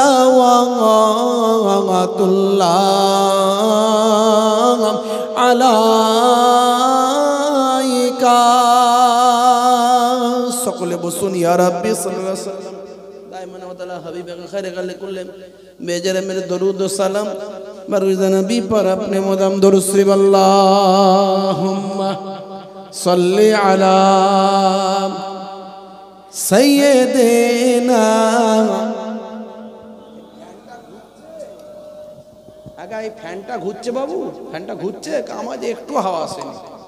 হাওয়া তো লাগবে আমাকে, নাল তো অসুবিধা। ওয়া আলা আলি সাইয়্যিদিনা। একটু হ্যাঁ একটু দিলে হবে। আলহামদুলিল্লাহ আলহামদুলিল্লাহি ওয়া কাফা ওয়া সালামুন আলা ইবাদিহিল্লাযিনা ইসতাফা। আম্মা বাদ ফায়া আইয়ুহাল ইখওয়ান রাহিমানা ওয়া রাহিমাকুমুল্লাহ। ইন্নাল্লাহা ওয়া মালাইকাতাহু ইউসাল্লুনা আলান নবী ইয়া আইয়ুহাল্লাযীনা আমানু সাল্লু আলাইহি ওয়া সাল্লিমু তাসলিমা। আল্লাহুম্মা সাল্লি আলা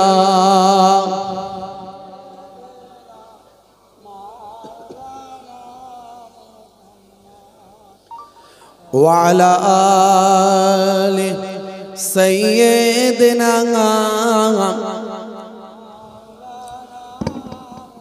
একটু মহাব্বতের সঙ্গে দরুদ শরীফ পড়েন বাবা মার। আর আপনাদেরকে বেশি চাপাচাপিও করতে পারছি না, কেন জানেন? কাল থেকে দরুদ শরীফ পড়ছেন। হুজুর কত পড়বো বলুন তো হুজুর, আপনি বরং বলেন, আমরা একটু শুনে নি শুধু।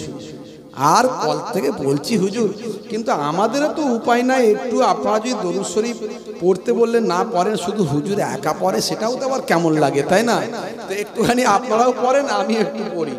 হ্যাঁ, একটু মহাব্বতের সঙ্গে দরুদ শরীফ। আল্লাহুম্মা সাল্লি আলা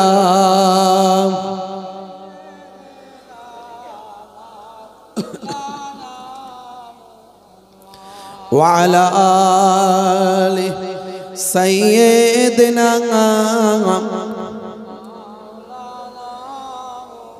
এমনি তো দেখতে পাচ্ছেন আমার নবীর সম্মান ভালোবাসাকে মিটিয়ে দিতে চাইছে এক শ্রেণীর মানুষ। কথা ঠিক না ভুল বলেন? আমার নবীর নাম ব্যানার তারা পুড়িয়ে দিচ্ছে, কারণ তারা জানে নবী পাকের ভালোবাসা যদি থাকে মুসলমানের মনে, ইসলাম পৃথিবী থেকে ধ্বংস করা যাবে না। তাই যুগে যুগে তারা আমার নবীকে কলঙ্কিত করার চেষ্টা করেছে, কোরআন মাজিদকে জ্বালিয়ে দিয়েছে, পুড়িয়ে দিয়েছে, কোরআনের বিরুদ্ধে মামলা করেছে, আমার নবীর বিরুদ্ধে তারা কার্টুন করেছে, আমার নবীকে নিয়ে তারা কাল্পনিক সিনেমা তৈরি করেছে। আপনারা জানেন ইনোসেন্স অফ মুসলিম, রঙ্গিলা রাসূল, বিভিন্ন রকম নবীকে নিয়ে কার্টুন, কত কিছু হয়েছে।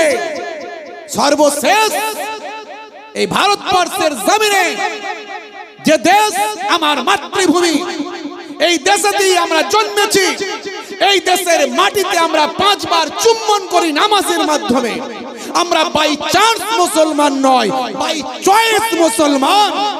সেদিন আমরা ইচ্ছা করলে আমরা পাকিস্তান কিংবা বাংলাদেশে যেতে পারতাম, কিন্তু সেদিন আমরা যাইনি।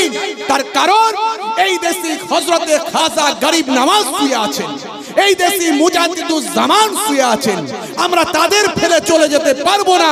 এই দেশেতেই আমরা জন্মেছি আর এই দেশেতেই আমরা মরবো।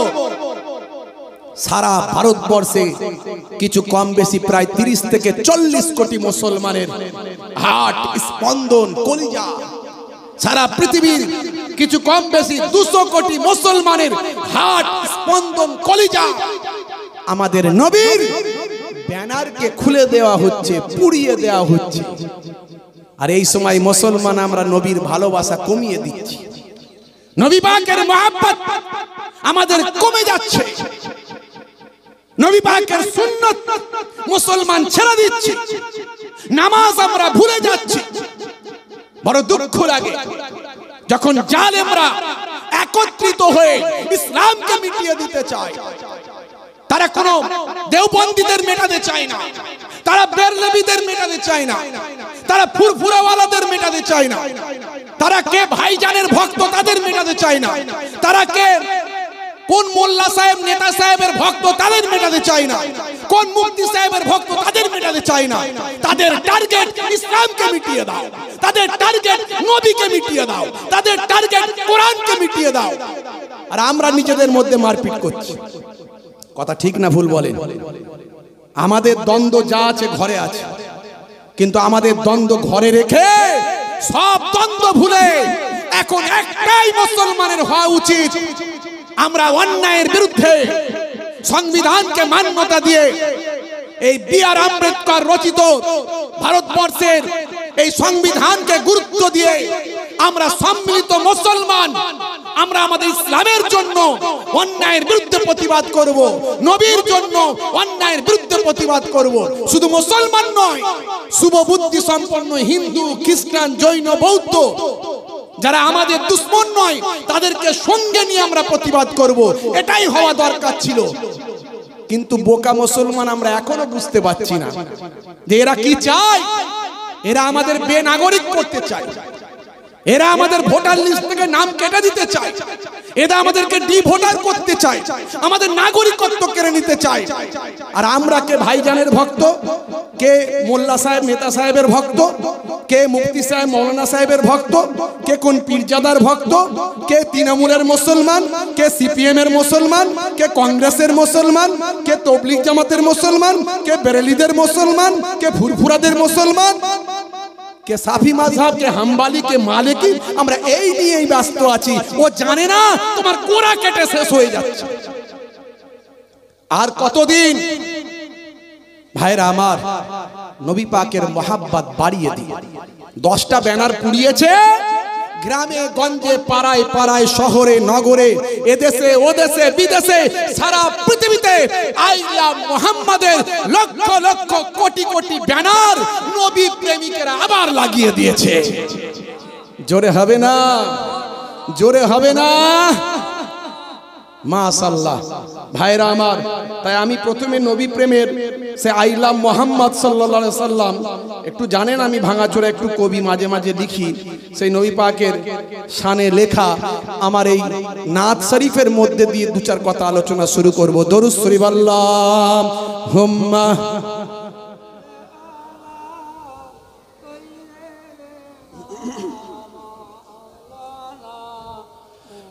ওয়া আলা আলিহি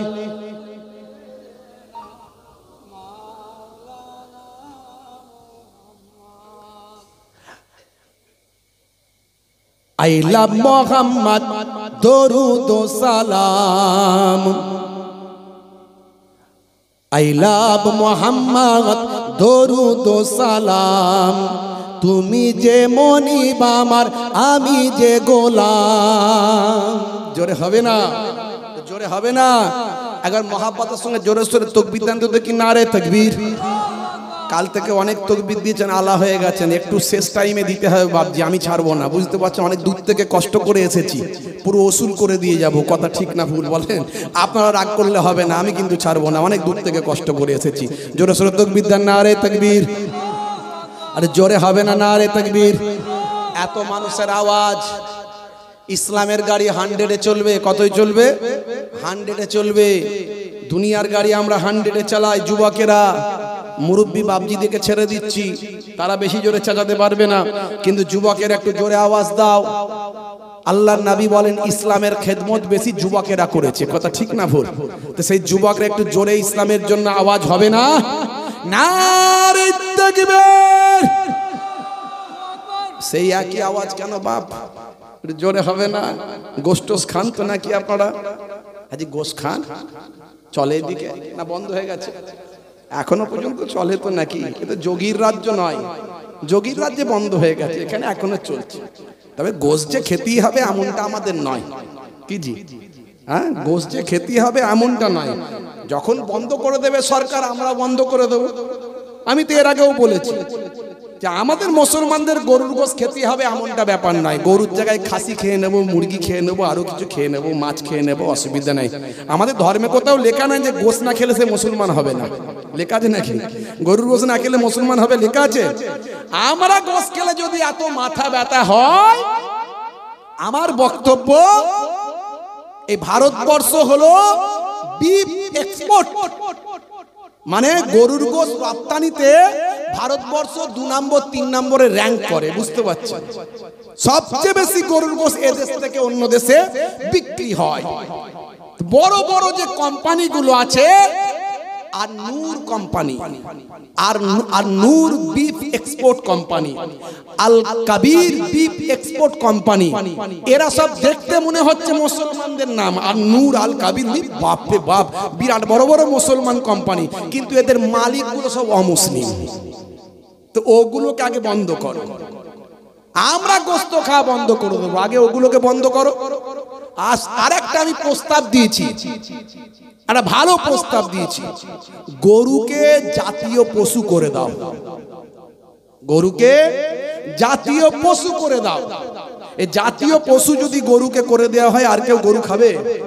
সব গরুকে সম্মান করবে, কথা ঠিক না ভুল? হ্যাঁ, তার নিজের গোল নিজেই খেতে হবে, নিজের গোল নিজেই খেতে হবে। তো যাই হোক, একবার জোরে সোরে গোশ খেয়েছেন, জোশ দেখান, যতদিন চলবে ততদিন আমরাও চালাবো। নারে তাকবীর! আরে জোরে হবে না? নারে তাকবীর! সিলসিলায়ে হক মুজাদ্দিদুজ জামান, সিলসিলায়ে হক মুজাদ্দিদুজ জামান। কি গ্রাম জানো এটা? খরম আবাদ, খরমপুর আবাদ, খরমবাদ জামে মসজিদ প্রাঙ্গণে ইসালে সব 2 দিন ব্যাপী মহান ঐতিহাসিক ইসালে সব কর্মী বৃন্দ, শ্রোতা বৃন্দ, নারে তাকবীর! দরুদ শরীফ আল্লাহুম্মা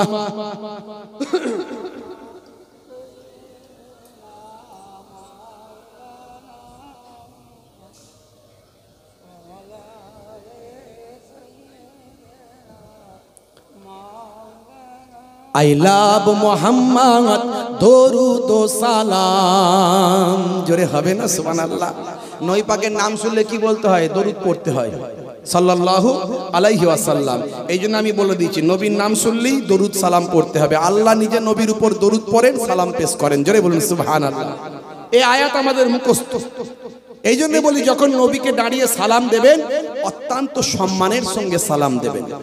এই আয়াত আপনাদের সকলের মুখস্থ। ইন্নাল্লাহা ওয়া মালাইকাতাহু ইউসাল্লুনা আলান নবী ইয়া আইয়ুহাল্লাযীনা আমানু সাল্লু আলাইহি ওয়া সাল্লিমু, যারে বলে তাসলিমা। মুখস্থ আছে না নাই?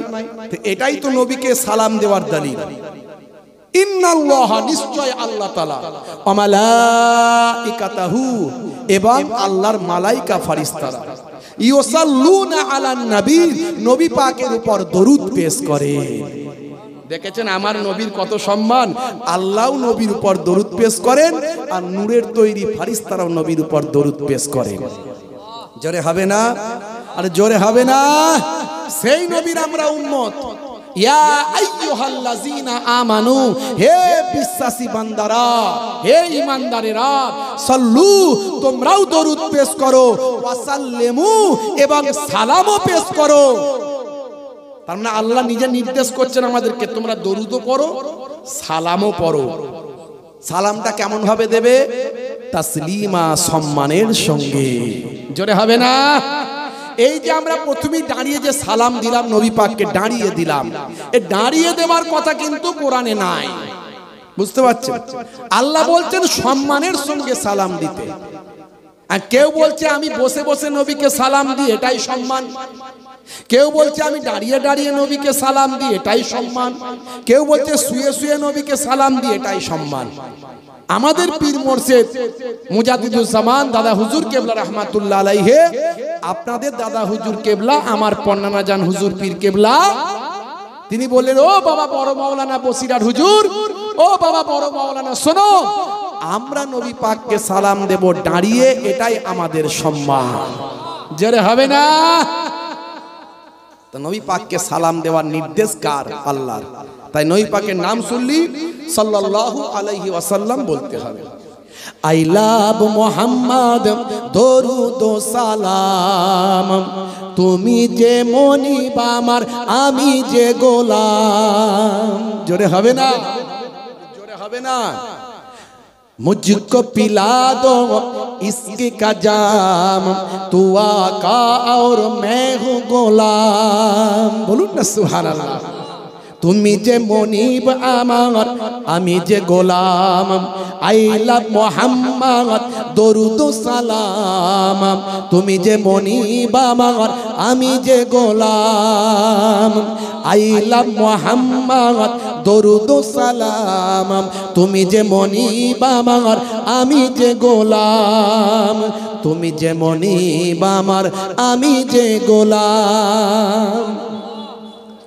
কত আশিকের দেখো জুলুম করেছে, তোমারই ব্যানার দেখো ছিঁড়ে ফেলেছে।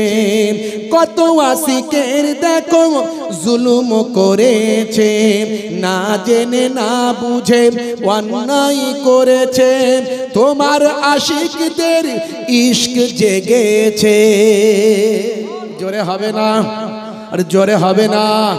আই লাভ মোহাম্মদ দরুদ ও সালাম, তুমি যে মনিব আমার আমি যে গোলাম। আই লাভ মোহাম্মদ দরুদ ও সালাম, তুমি যে মনিব আমার আমি যে গোলাম। তোমারই ব্যানার দেখো ছিঁড়ে ফেলেছে, কত আশিকের দেখো জুলুম করেছে।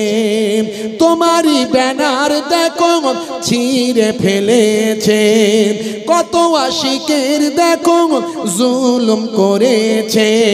না জেনে না বুঝে অন্যায় করেছে, তোমার আশিকদের ইশক জেগেছে।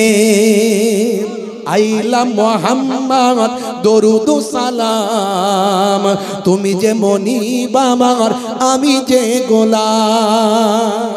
জোরে হবে না? আর জোরে হবে না? ও গো নবী দয়াময় ক্ষমা করো, ওরা তোমায় চেনে না রহম করো। যারা আমার নবীর নাম ছিঁড়ে দিয়েছে পুড়িয়ে দিয়েছে তারা কি নবীকে চেনে? যারা চেনে, এই জন্য আমি এখানে কলমে লিখেছি, ও গো নবী দয়াময় ক্ষমা করো, ওরা তোমায় চেনে না রহম করো। তুমি কত দয়াময়, তুমি কত মেহেরবান, তুমি কত দয়াবান, তুমি কত মেহেরবান। মাইকেল জ্যাকসনও চিনেছিল। জোরে হবে না? আর জোরে হবে না? আইলা মোহাম্মদ দরুদ ও সালাম, তুমি যে মনিব আমার আমি যে গোলাম। এক ছিল নারী কাঁটা দিত, দিত না? দিত না? জোরে বলে। আমার নবী যাতায়াতের পথে কাঁটা বিছিয়ে দিত। এক ছিল নারী কাঁটা দিত, ও গো নবী তোমার কষ্ট হতো। এক ছিল নারী কাঁটা দিত, ও গো নবী তোমার কষ্ট হতো। একদিন বিমারে ওই নারী পড়িলেন, একদিন বিমারে ওই নারী পড়িলেন, তুমি তাকে দেখিতে গেলে ওগো, জোরে হবে না, আরে জোরে হবে না। হাই হাই নবী মুগ্ধ সবাই, হাই হাই নবী মুগ্ধ সবাই, ওই নারী ইমানের সাদটা যে পায়, জোরে হবে না। আমার নবীর আখলাকে ওই নারী ইমানদার হয়ে যায়, জোরে হবে না। I love Muhammad দরুদ সালাম, I love Muhammad দরুদ সালাম, তুমি যে মনিব আমার আমি যে গোলাম, ও গো নবী আমার কবুল করো, স্বপ্নেতে একবার দেখা দিও। এই আরজু সবার আছে না নাই? জোরে বলে। আমি এই মাত্র দিন 4-5 হলো নবীর দরবার থেকে ফিরে এসেছি, চোখের সামনে সব সময় নবী পাকের রওজা ভেসে আছে, বুঝতে পারছেন। আর ওখানে থাকতাম মনে হতো যেন আমার নবী রওজার ভিতরে বসে আছেন, শুয়ে আছেন, আরাম করছেন, নবীকে যেন দেখতে পাচ্ছি। ও গো নবী আমারে কবুল করো, স্বপ্নেতে একবার দেখা দিও, কবরের ঘরে একবার এসো, কিয়ামতে হুসাইনের চিনে নিও। বলুন আল্লাহুম্মা আমিন, বলুন আল্লাহুম্মা আমিন। যদি একবার নবী চিনে নাই কিয়ামতের দিনে তার কোনো বিপদ আছে বাপ? কোনো বিপদ নাই।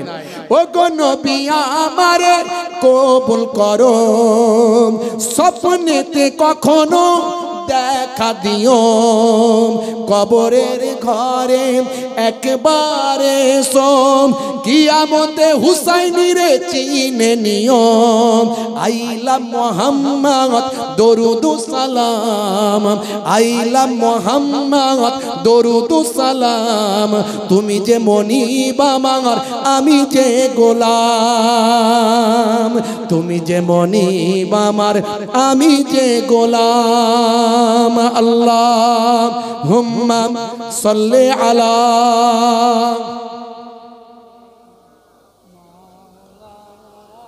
ওয়া আলা আলিহি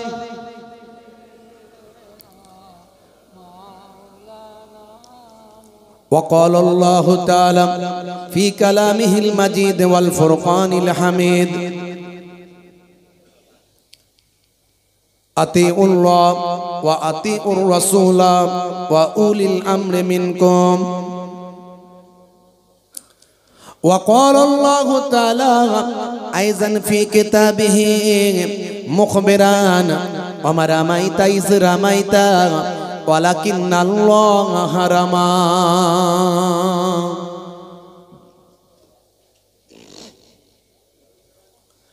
وقال النبي صلى الله عليه وسلم من تمسك بسنتي عند فساد أمتي فله أجر 100 شهيد إلى آخر الحديث أو كما قال عليه الصلاة والسلام.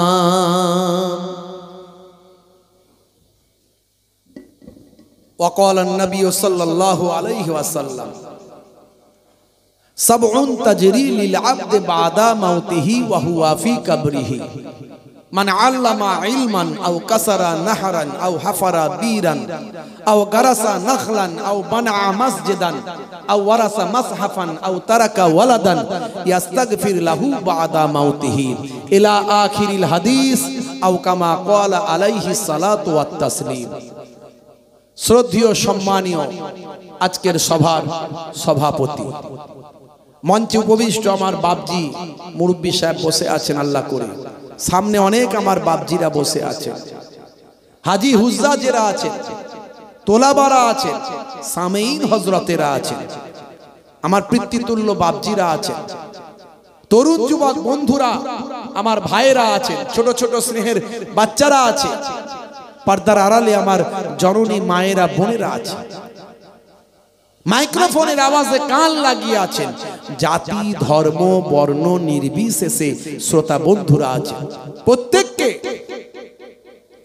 আমি মোহেবুল্লাহ হুসাইনি আমার আন্তরিক সালাম শুভেচ্ছা ভালোবাসা জ্ঞাপন করি। আল্লাহ পাকের রহমত সমস্ত ঈমানদারের উপর হোক, জোরে বলুন আল্লাহুম্মা আমিন।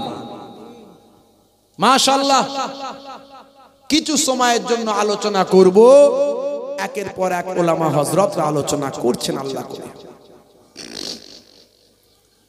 ওয়াজ করার নির্দেশ আল্লাহর। ওয়াজ করার নির্দেশ কার? যারা বলেন কার? আল্লাহর। আমার আল্লাহ বলছেন ফাযাক্কির ফা ইন্না যিকরা তানফাউল মুমিনিন। You keep telling believers will benefit. হে নবী, আপনি ওয়াজ করতে থাকুন, আপনি ওয়াজ করতে থাকুন, আপনার ওয়াজটা ঈমানদারদের উপকারে লাগবে। জোরে হবে না? হে তরুণ যুবকেরা, হে আমার বন্ধুরা, শুনে রেখে দিন বাবা, জেনে রেখে দেন। হে মুসলমান, একটু লক্ষ্য করুন। আমার আল্লাহ বললেন হে নবী ওয়াজ করতে থাকুন, আপনার ওয়াজটা ঈমানদারদের উপকারে লাগবে, কাজে লাগবে। আমার নবী ওয়াজ করতে শুরু করলেন। হযরতে আবু বকর সিদ্দিক রাদিয়াল্লাহু তাআলা আনহুর উপকারে লাগলো। আল্লাহর নবী ওয়াজ করলেন, হযরতে ওমর ফারুক রাদিয়াল্লাহু তাআলা আনহুর উপকারে লাগলো। আল্লাহর নবী ওয়াজ করলেন, হযরতে ওসমান জিন্নুরাইনির উপকারে লাগলো। আল্লাহর নবী ওয়াজ করলেন, হযরতে আলী মুর্তজা কারামাল্লাহু ওয়াজহুর উপকারে লাগলো। আল্লাহর নবী ওয়াজ করলেন, আবু জাহালের উপকারে লাগলো না, আবু লাহাবের উপকারে লাগলো না, উতবা সাইবার উপকারে লাগলো না। নবী আমার ওয়াজ করেছিলেন। আমার আল্লাহ বললেন হে নবী, চিন্তা করবেন না, ঘাবড়াবেন না, আপনি কোনো কিছু নিয়ে ভাববেন না ততক্ষণ পর্যন্ত ওই কওম, ওই ব্যক্তি, ওই জাতিকে আমি আল্লাহ হেদায়েত দান করি না, যতক্ষণ না সেই ব্যক্তি, সেই কওম, সেই জাতি হেদায়েত হওয়ার চেষ্টা না করে।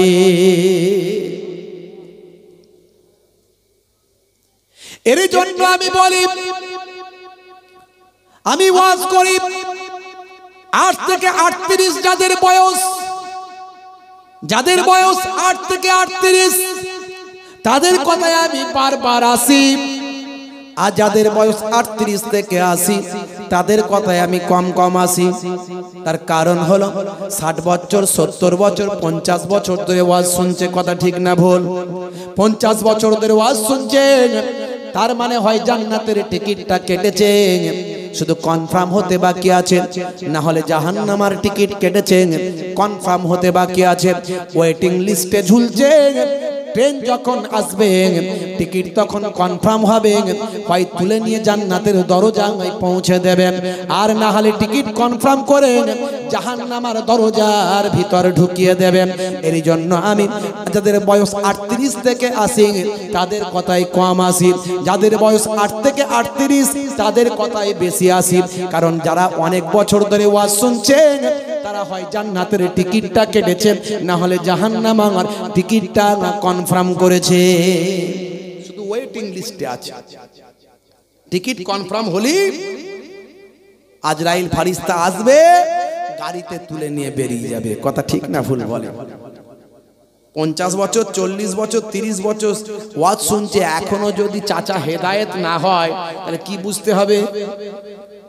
গোলমাল। ও টিকিট কোথায় কনফার্ম করেছে? তবে অ্যাক্সিডেন্টলি কোনো ঘটনা ঘটতে পারে। বিশার হাফি আল্লাহর নাম বিসমিল্লাহ শরীফ তুলে নিয়ে আল্লাহর ওলি হয়েছিল, এটা অ্যাক্সিডেন্টলি। এটা কি? এটা হলো ব্যতিক্রমী, এক্সেপশন, তাকে আল্লাহ কবুল করেছিলেন। আর সোজা রাস্তা যেটা নরমাল ওয়ে, সেটা হলো তুমি ইমানদার হও, নামাজি হও, সুন্নতওয়ালা হও, দিনের পথে থাকো, ইনশাআল্লাহ জান্নাতের প্রতি আশা ভরসা রাখো, জোরে বলুন সুবহানাল্লাহ। এটা হলো নরমাল ওয়ে, নরমাল রাস্তা। আর বিশার হাফির ঘটনাটা, এটা হলো এক্সেপশন, ব্যতিক্রম। সেই জন্য 60 বছর ওয়াজ শুনছে চাচা, যদি এখনো হেদায়েত না হয় তাহলে কিন্তু গন্ডগোল আছে। হে তরুণ যুবকেরা, হে আমার বন্ধুরা, শুনে রেখে দিন বাবা, জেনে রেখে দেন। আমি এরই জন্য বলি, কোম্পানি যখন কোনো প্রোডাক্ট মার্কেটে লঞ্চ করে, সঙ্গে একটা পুস্তিকা দেয়। মোবাইলটা কিনেছেন, পুস্তিকা পেয়েছেন। এসি কিনেছেন, পুস্তিকা পেয়েছেন। ফ্রিজ কিনেছেন, পুস্তিকা পেয়েছেন। হে তরুণ যুবকেরা, ওই পুস্তিকাতে লেখা থাকে প্রোডাক্টটা কেমন ভাবে ব্যবহার করবেন। আমার আল্লাহ আজ থেকে কম বেশি ৯,০০০ বছর আগে পৃথিবীর বুকে প্রথম মানুষ সৃষ্টি করলেন। এই মানুষ কেমন ভাবে জীবন যাপন করবে, এই মানুষ নামক প্রোডাক্টটা কেমন ভাবে ব্যবহার হবে, আমার আল্লাহ যুগে যুগে এক একটা পুস্তিকা দিয়েছেন। হযরতে আদম নবীকে সৃষ্টি করেন, তার আল আওলাদ সন্তান সন্ততি মানুষ তৈরি করেন। আদম নবীর কাছে আমার আল্লাহ সাহিফা দিলেন, ইব্রাহিম নবীর কাছে সাহিফা দিলেন, মুসা নবীর কাছে তাওরাত দিলেন, দাউদ নবীর কাছে জাবুর দিলেন, ঈসা নবীর কাছে ইনজিল দিলেন। আর আমাদের নবীর কাছে যে কিতাবটা দিয়েছেন, সেই কিতাবটার নাম হলো আল কোরআন। জোরে হবে না? আগের কিতাবগুলোকে তারা বিকৃত করে ফেলেছে নিজেদের সুবিধার্থে। হ্যাঁ, এই হুজুররা, মৌলানারা, পাদ্রীরা, ধর্মগুরুরা, ধর্মযাজকেরা যদি ভালো হয় তো খুব ভালো, আর যদি গন্ডগোলের হয় এরা ধর্মকে ব্যবহার করে লুটে পুটে খায়। পরিষ্কার সোজা বাংলায় বলছি, যদি ভালো হয় তো খুব ভালো, আল্লাহর ওলি, আল্লাহর ওলি। আর যদি তা না হয়, ধর্মকে ব্যবহার করে লুটে পুটে খায়। এই আগের যুগে তাই হতো, যাতে করে কোরআনকে ব্যবহার করে, কোরআন মাজিদকে ব্যবহার করে উম্মতে মুহাম্মাদির আলেমরা লুটে পুটে খেতে না পারে।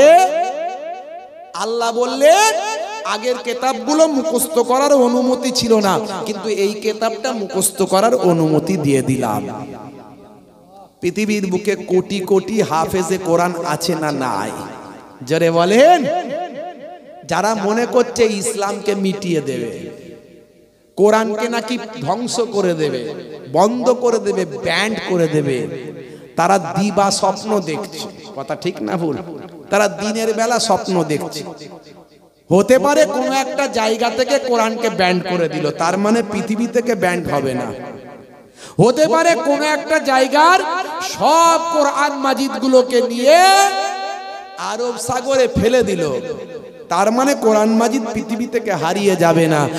একজনও যদি হাফেজে কোরআন জিন্দা থাকে, পরের দিন আবার সে মুখে বলবে, কম্পিউটারে প্রিন্ট হয়ে কোটি কোটি কপি পৃথিবীর এক প্রান্ত থেকে অপর প্রান্তে ছড়িয়ে যাবে। যদি আগুন লাগে ধ্বংস হয়ে যায়, ধ্বংস হয়ে যায় পৃথিবীর সব বইয়ের দোকান,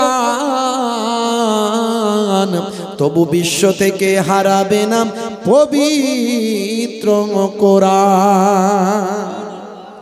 করবে কেমন করে কোরআন ধ্বংস? আগুনের তেজ। করবে কেমন করে কোরআন ধ্বংস? আগুনের তেজ। আছে বিশ্বে ভরা অগণিত কোরআনে হাফেজ, তারা ছাপে আসমানি গ্রন্থ, তারা ছাপে আসমানি গ্রন্থ, বাঁচাবে ইসলামের সম্মান, তবু বিশ্ব থেকে হারাবে না পবিত্র কোরআন। জোরে হবে না?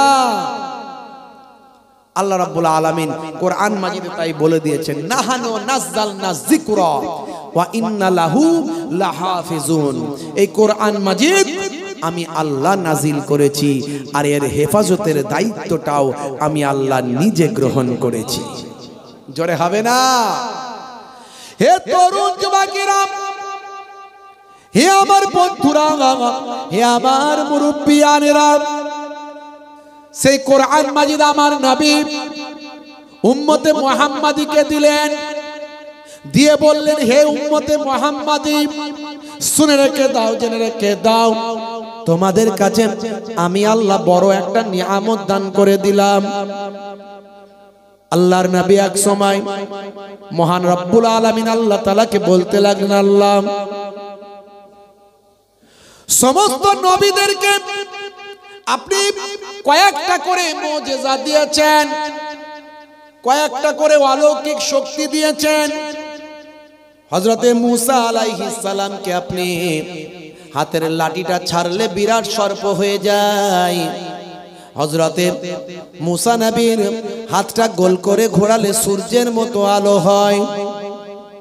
হযরতে ঈসা রূহুল্লাহকে আপনি 5টা মুজিজা দিয়েছিলেন। হযরতে ঈসা রূহুল্লাহ কোন জন্মান্ধ ব্যক্তির চোখে যদি হাতটা বুলিয়ে দিত, সঙ্গে সঙ্গে চোখটা তার আমার আল্লাহ ফিরিয়ে দেন।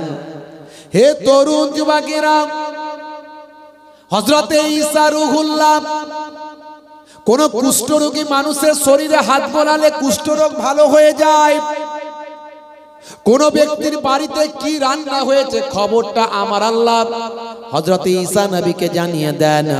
হযরতে ঈসা নবী যখন কোন মাটি দিয়ে বালি দিয়ে কোন আমার পশু পাখি তৈরি করতেন, ওই মাটির তৈরি পশু পাখিটাতে তিনি রূহটা দান করতে পারতেন। মাটির তৈরি পশু পাখিটা হযরতে ঈসা নবী যখন রূহটা দান করতেন, আল্লাহর ইসমে আজম পরে যখন ফুঁক দিতেন, সঙ্গে সঙ্গে মাটির তৈরি ওই পশু পাখি জিন্দা জীবিত হয়ে ছুটতে থাকত। শুধু তাই নয়, বহু পুরানো হলেও কোনো কঙ্কাল, কোনো মানুষের দেহ, কোনো মৃত ব্যক্তি, কোনো পুরানো কবর, এই কবরের ধারে গিয়ে ইসমে আজম পরে যখন হযরতে ঈসা রূহুল্লাহ দোয়া চাইতেন, ওই কবরবাসী, ওই কঙ্কাল পশু পাখি যাই থাকুক না কেন, মানুষ হোক না কেন, জিন্দা জীবিত হয়ে দাঁড়িয়ে যেত। ঈসা রূহুল্লাহকে আল্লাহ 5টা মুজিজা দিয়েছেন।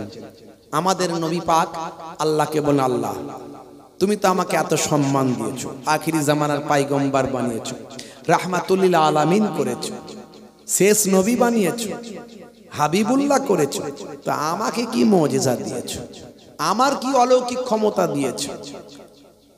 আল্লাহ বললেন, হে নবী, হে আমার হাবিব, হে আখিরি জামানার পয়গম্বর, হে জগতের শেষ নবী, হে আমার বন্ধু, শুনে রেখে দেন, আমি আপনাকে যা দিয়েছি অন্য কোন নবীকে সেটা আমি দিই নাই।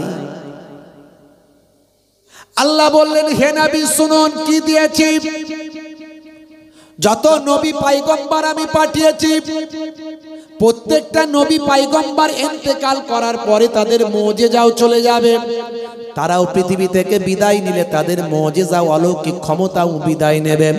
কিন্তু মনে রাখবেন হে নবী, আখিরি জামানার পয়গম্বর আমার হাবিব, শুনে রেখে দেন, আপনি পৃথিবী থেকে বিদায় নিলেও আপনার মুজিজা কিয়ামত পর্যন্ত চলবে।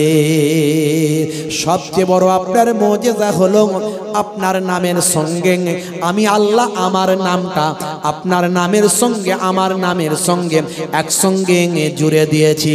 লা ইলাহা ইল্লাল্লাহু মুহাম্মাদুর রাসূলুল্লাহ সাল্লাল্লাহু আলাইহি ওয়াসাল্লাম। আর আপনার সবচেয়ে বড় মুজিজা হলো আল কোরআন। জোরে বলুন সুবহানাল্লাহ। পৃথিবীর বুকে এমন একটা কিতাব দেখান তো, যে কিতাবটা 1450 বছর ধরে অক্ষত অবস্থায় আছে, দেখাতে পারবেন? না, আমার জানা নাই। আপনার জানা থাকলে আপনি আমাকে বলবেন যে 1450 বছর ধরে একটা অক্ষর, একটা লাইন, একটা শব্দ পৃথিবীর কোনো মানুষ পরিবর্তন করতে পারেনি। এমন একটা কিতাবের নাম যদি জানা থাকে আমাকে বলবেন। আমার জানা নাই, আমি জানতে পারলে পরের দিন থেকে ওটাও প্রচার করব। আমার জানা আছে only one book in the world, সারা পৃথিবীর বুকে একটাই কিতাব যার একটা অক্ষর, একটা লাইন, একটা শব্দ, একটা হরফকে কেউ পাল্টাতে পারেনি। দিস নেম ইজ আল কোরআন। জোরে বলুন সুবহানাল্লাহ। হে তরুণ যুবকেরা, হে আমার বন্ধুরা, শুনে রেখে দিন বাবা, জেনে রেখে দেন। সেই নবী বললেন, হে দুনিয়ার মানুষ শুনে রেখে দাও, 500 বছর কোন নবী ছিল না। হযরতে ঈসা নবী আকাশে উঠে গেছেন, আর আমি নবী আখিরি জামানার পয়গম্বর পৃথিবীতে এসেছি। এই গ্যাপটা কিছু কম বেশি প্রায় 500 বছর। এই 500 বছরে নবী ছিল না। 500 বছরে নবী না থাকার কারণে মানুষ পথহারা হয়েছিল। মাইট ইজ রাইট, জোজ্জার মুল্লুক তার, অপরাধ, অন্যায়, অত্যাচার, পাপাচার, লুকাচার, মেরে নেওয়া, কেড়ে নেওয়া, এমন কোন অপরাধ ছিল না পৃথিবীর মানুষ করে না। সুদ, ঘুষ, জেনা, ব্যভিচার ছিল কি ছিল না? এ তরুণ যুবকেরা, আমার আপনার নবী আইয়ামে জাহিলিয়াত, অন্ধকারাচ্ছন্ন, কুসংস্কারাচ্ছন্ন, মূর্খতার যুগকে আমার আপনার নবী বন্ধ করেছিলেন। সেই সময় দয়ার নবী মানুষকে হেদায়েত দান করেছিলেন। এ মানুষ হেদায়েত হয়ে যাও, সেহি আল্লাহ জওয়ান, এক আল্লাহকে তোমরা মেনে নাও। এই যে হাজারো তোমরা নিজেরা খোদা তৈরি করেছো, এই খোদা কখনো সঠিক খোদা হতে পারে না। মহান স্রষ্টা, যিনি বিশ্ব ব্রহ্মাণ্ড কুল কায়নাত সৃষ্টি করেছেন, তিনি হলেন একজন, তাকে আমরা বলি আল্লাহ তাআলা। হে তরুণ যুবকেরা, হে আমার বন্ধুরা, আল্লাহর নবী বললেন, আমি মানুষকে পরিবর্তন করলাম, লক্ষ লক্ষ মানুষ হেদায়েত হয়ে গেল। আল্লাহর নবী বললেন, বাবা আমি তোমাদের কাছ থেকে বিদায় নেব। বিদায় হজের সময় আরাফাতের ময়দানে 1,20,000 সাহাবায়ে কেরামদের সামনে দয়ার নবী ওয়াজটা তিনি করেছিলেন। এই আরাফাতের ময়দানে একটা পাহাড় আছে, এই পাহাড়টার নাম হলো জাবালে রাহমা। হাজী সাহেবরা গেছেন কি জি? এখানে হাজী সাহেব কজন আছেন একটু হাত তুলে দেখান তো দেখি। মাশাআল্লাহ, আছেন কেউ হাজী সাহেব? আমার হাজী সাহেব পাশে বসে আছে, আর একজন হাজী সাহেব আছে। নিশ্চয়ই আপনারা আরাফাতের ময়দানে গেছেন। জাবালে রাহমাত, এই যে পাহাড়টা আপনারা দেখেছেন, আগে উঠতে পারতো, এবারেও কি আমি উঠেছিলাম, এবারেও গিয়ে উঠেছিলাম, তবে অনেক ক্ষেত্রে আবার ব্যারিকেড করে দেয়, উঠতে দেয় না। প্রচন্ড গরম, প্রচন্ড কষ্ট, তবে এখন সিঁড়ি মতো করে দিয়েছে। আগামী দিন সরকার চেষ্টা করছে যাতে জাবালে নূর, গারে হেরা, জাবালে সুর, গারে সুর, এই যে সুর গুহা, তারপরে এই যে হেরা পর্বত, এগুলোতে যাতে সব মানুষ উঠতে পারে, তার জন্য ওখানে রোপওয়ে করে দিচ্ছে। রোপওয়ে, রোপওয়ে মানে বুঝতে পারছেন তো, ওই যে একটা তার সিস্টেমে একটা ঝুলে ঝুলে গাড়ির মতো যায় না, এখানে চাপবে আর ওখানে গিয়ে নামবে, এই সিস্টেমগুলো করছে। আমরা পায়ে হেঁটে উঠেছি জাবালে নূর, মানে গারে হেরা, হেরা পর্বত, সুর গুহা, বুঝতে পারছেন? এগুলো উঠতে 4-5 ঘন্টা করে সময় লাগে, অনেক অনেক কষ্ট। তা কষ্ট করে উঠে আর ওই জায়গাগুলো দেখার মজাই আলাদা। আর টুক করে উঠলাম আর চলে গেলাম 100 টাকা দিয়ে, এর কোনো মজা কতটা আছে? তবে আমার নবীর স্মৃতি বিজড়িত, নিশ্চয়ই ভালো লাগবে, কিন্তু কষ্ট করে উঠে যে আবেগটা পাওয়া যায়, সে আবেগটা আর পাওয়া যাবে কিনা জানি না আগামী দিন।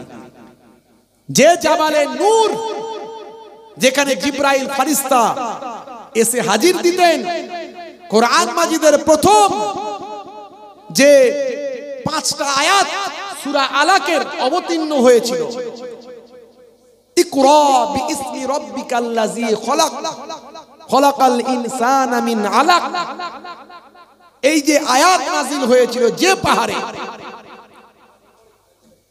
জাবালে নূর, হেরা পর্বত, সেই জায়গায় আল্লাহর নবী দীর্ঘদিন ধরে আল্লাহর ইবাদতে মশগুল থাকতেন।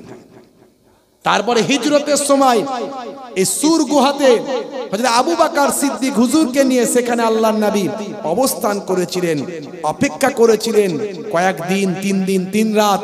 সেখানে আসমা, আম্মা জান আসমা, আবু বকর হুজুরের কন্যা, ছোট বাচ্চা বয়স, জি হ্যাঁ, তখন ওই ছাগল চড়াতে চড়াতে গিয়ে তিনি খাবার দিয়ে আসতেন সেখানে। কত কষ্ট করেছেন আমার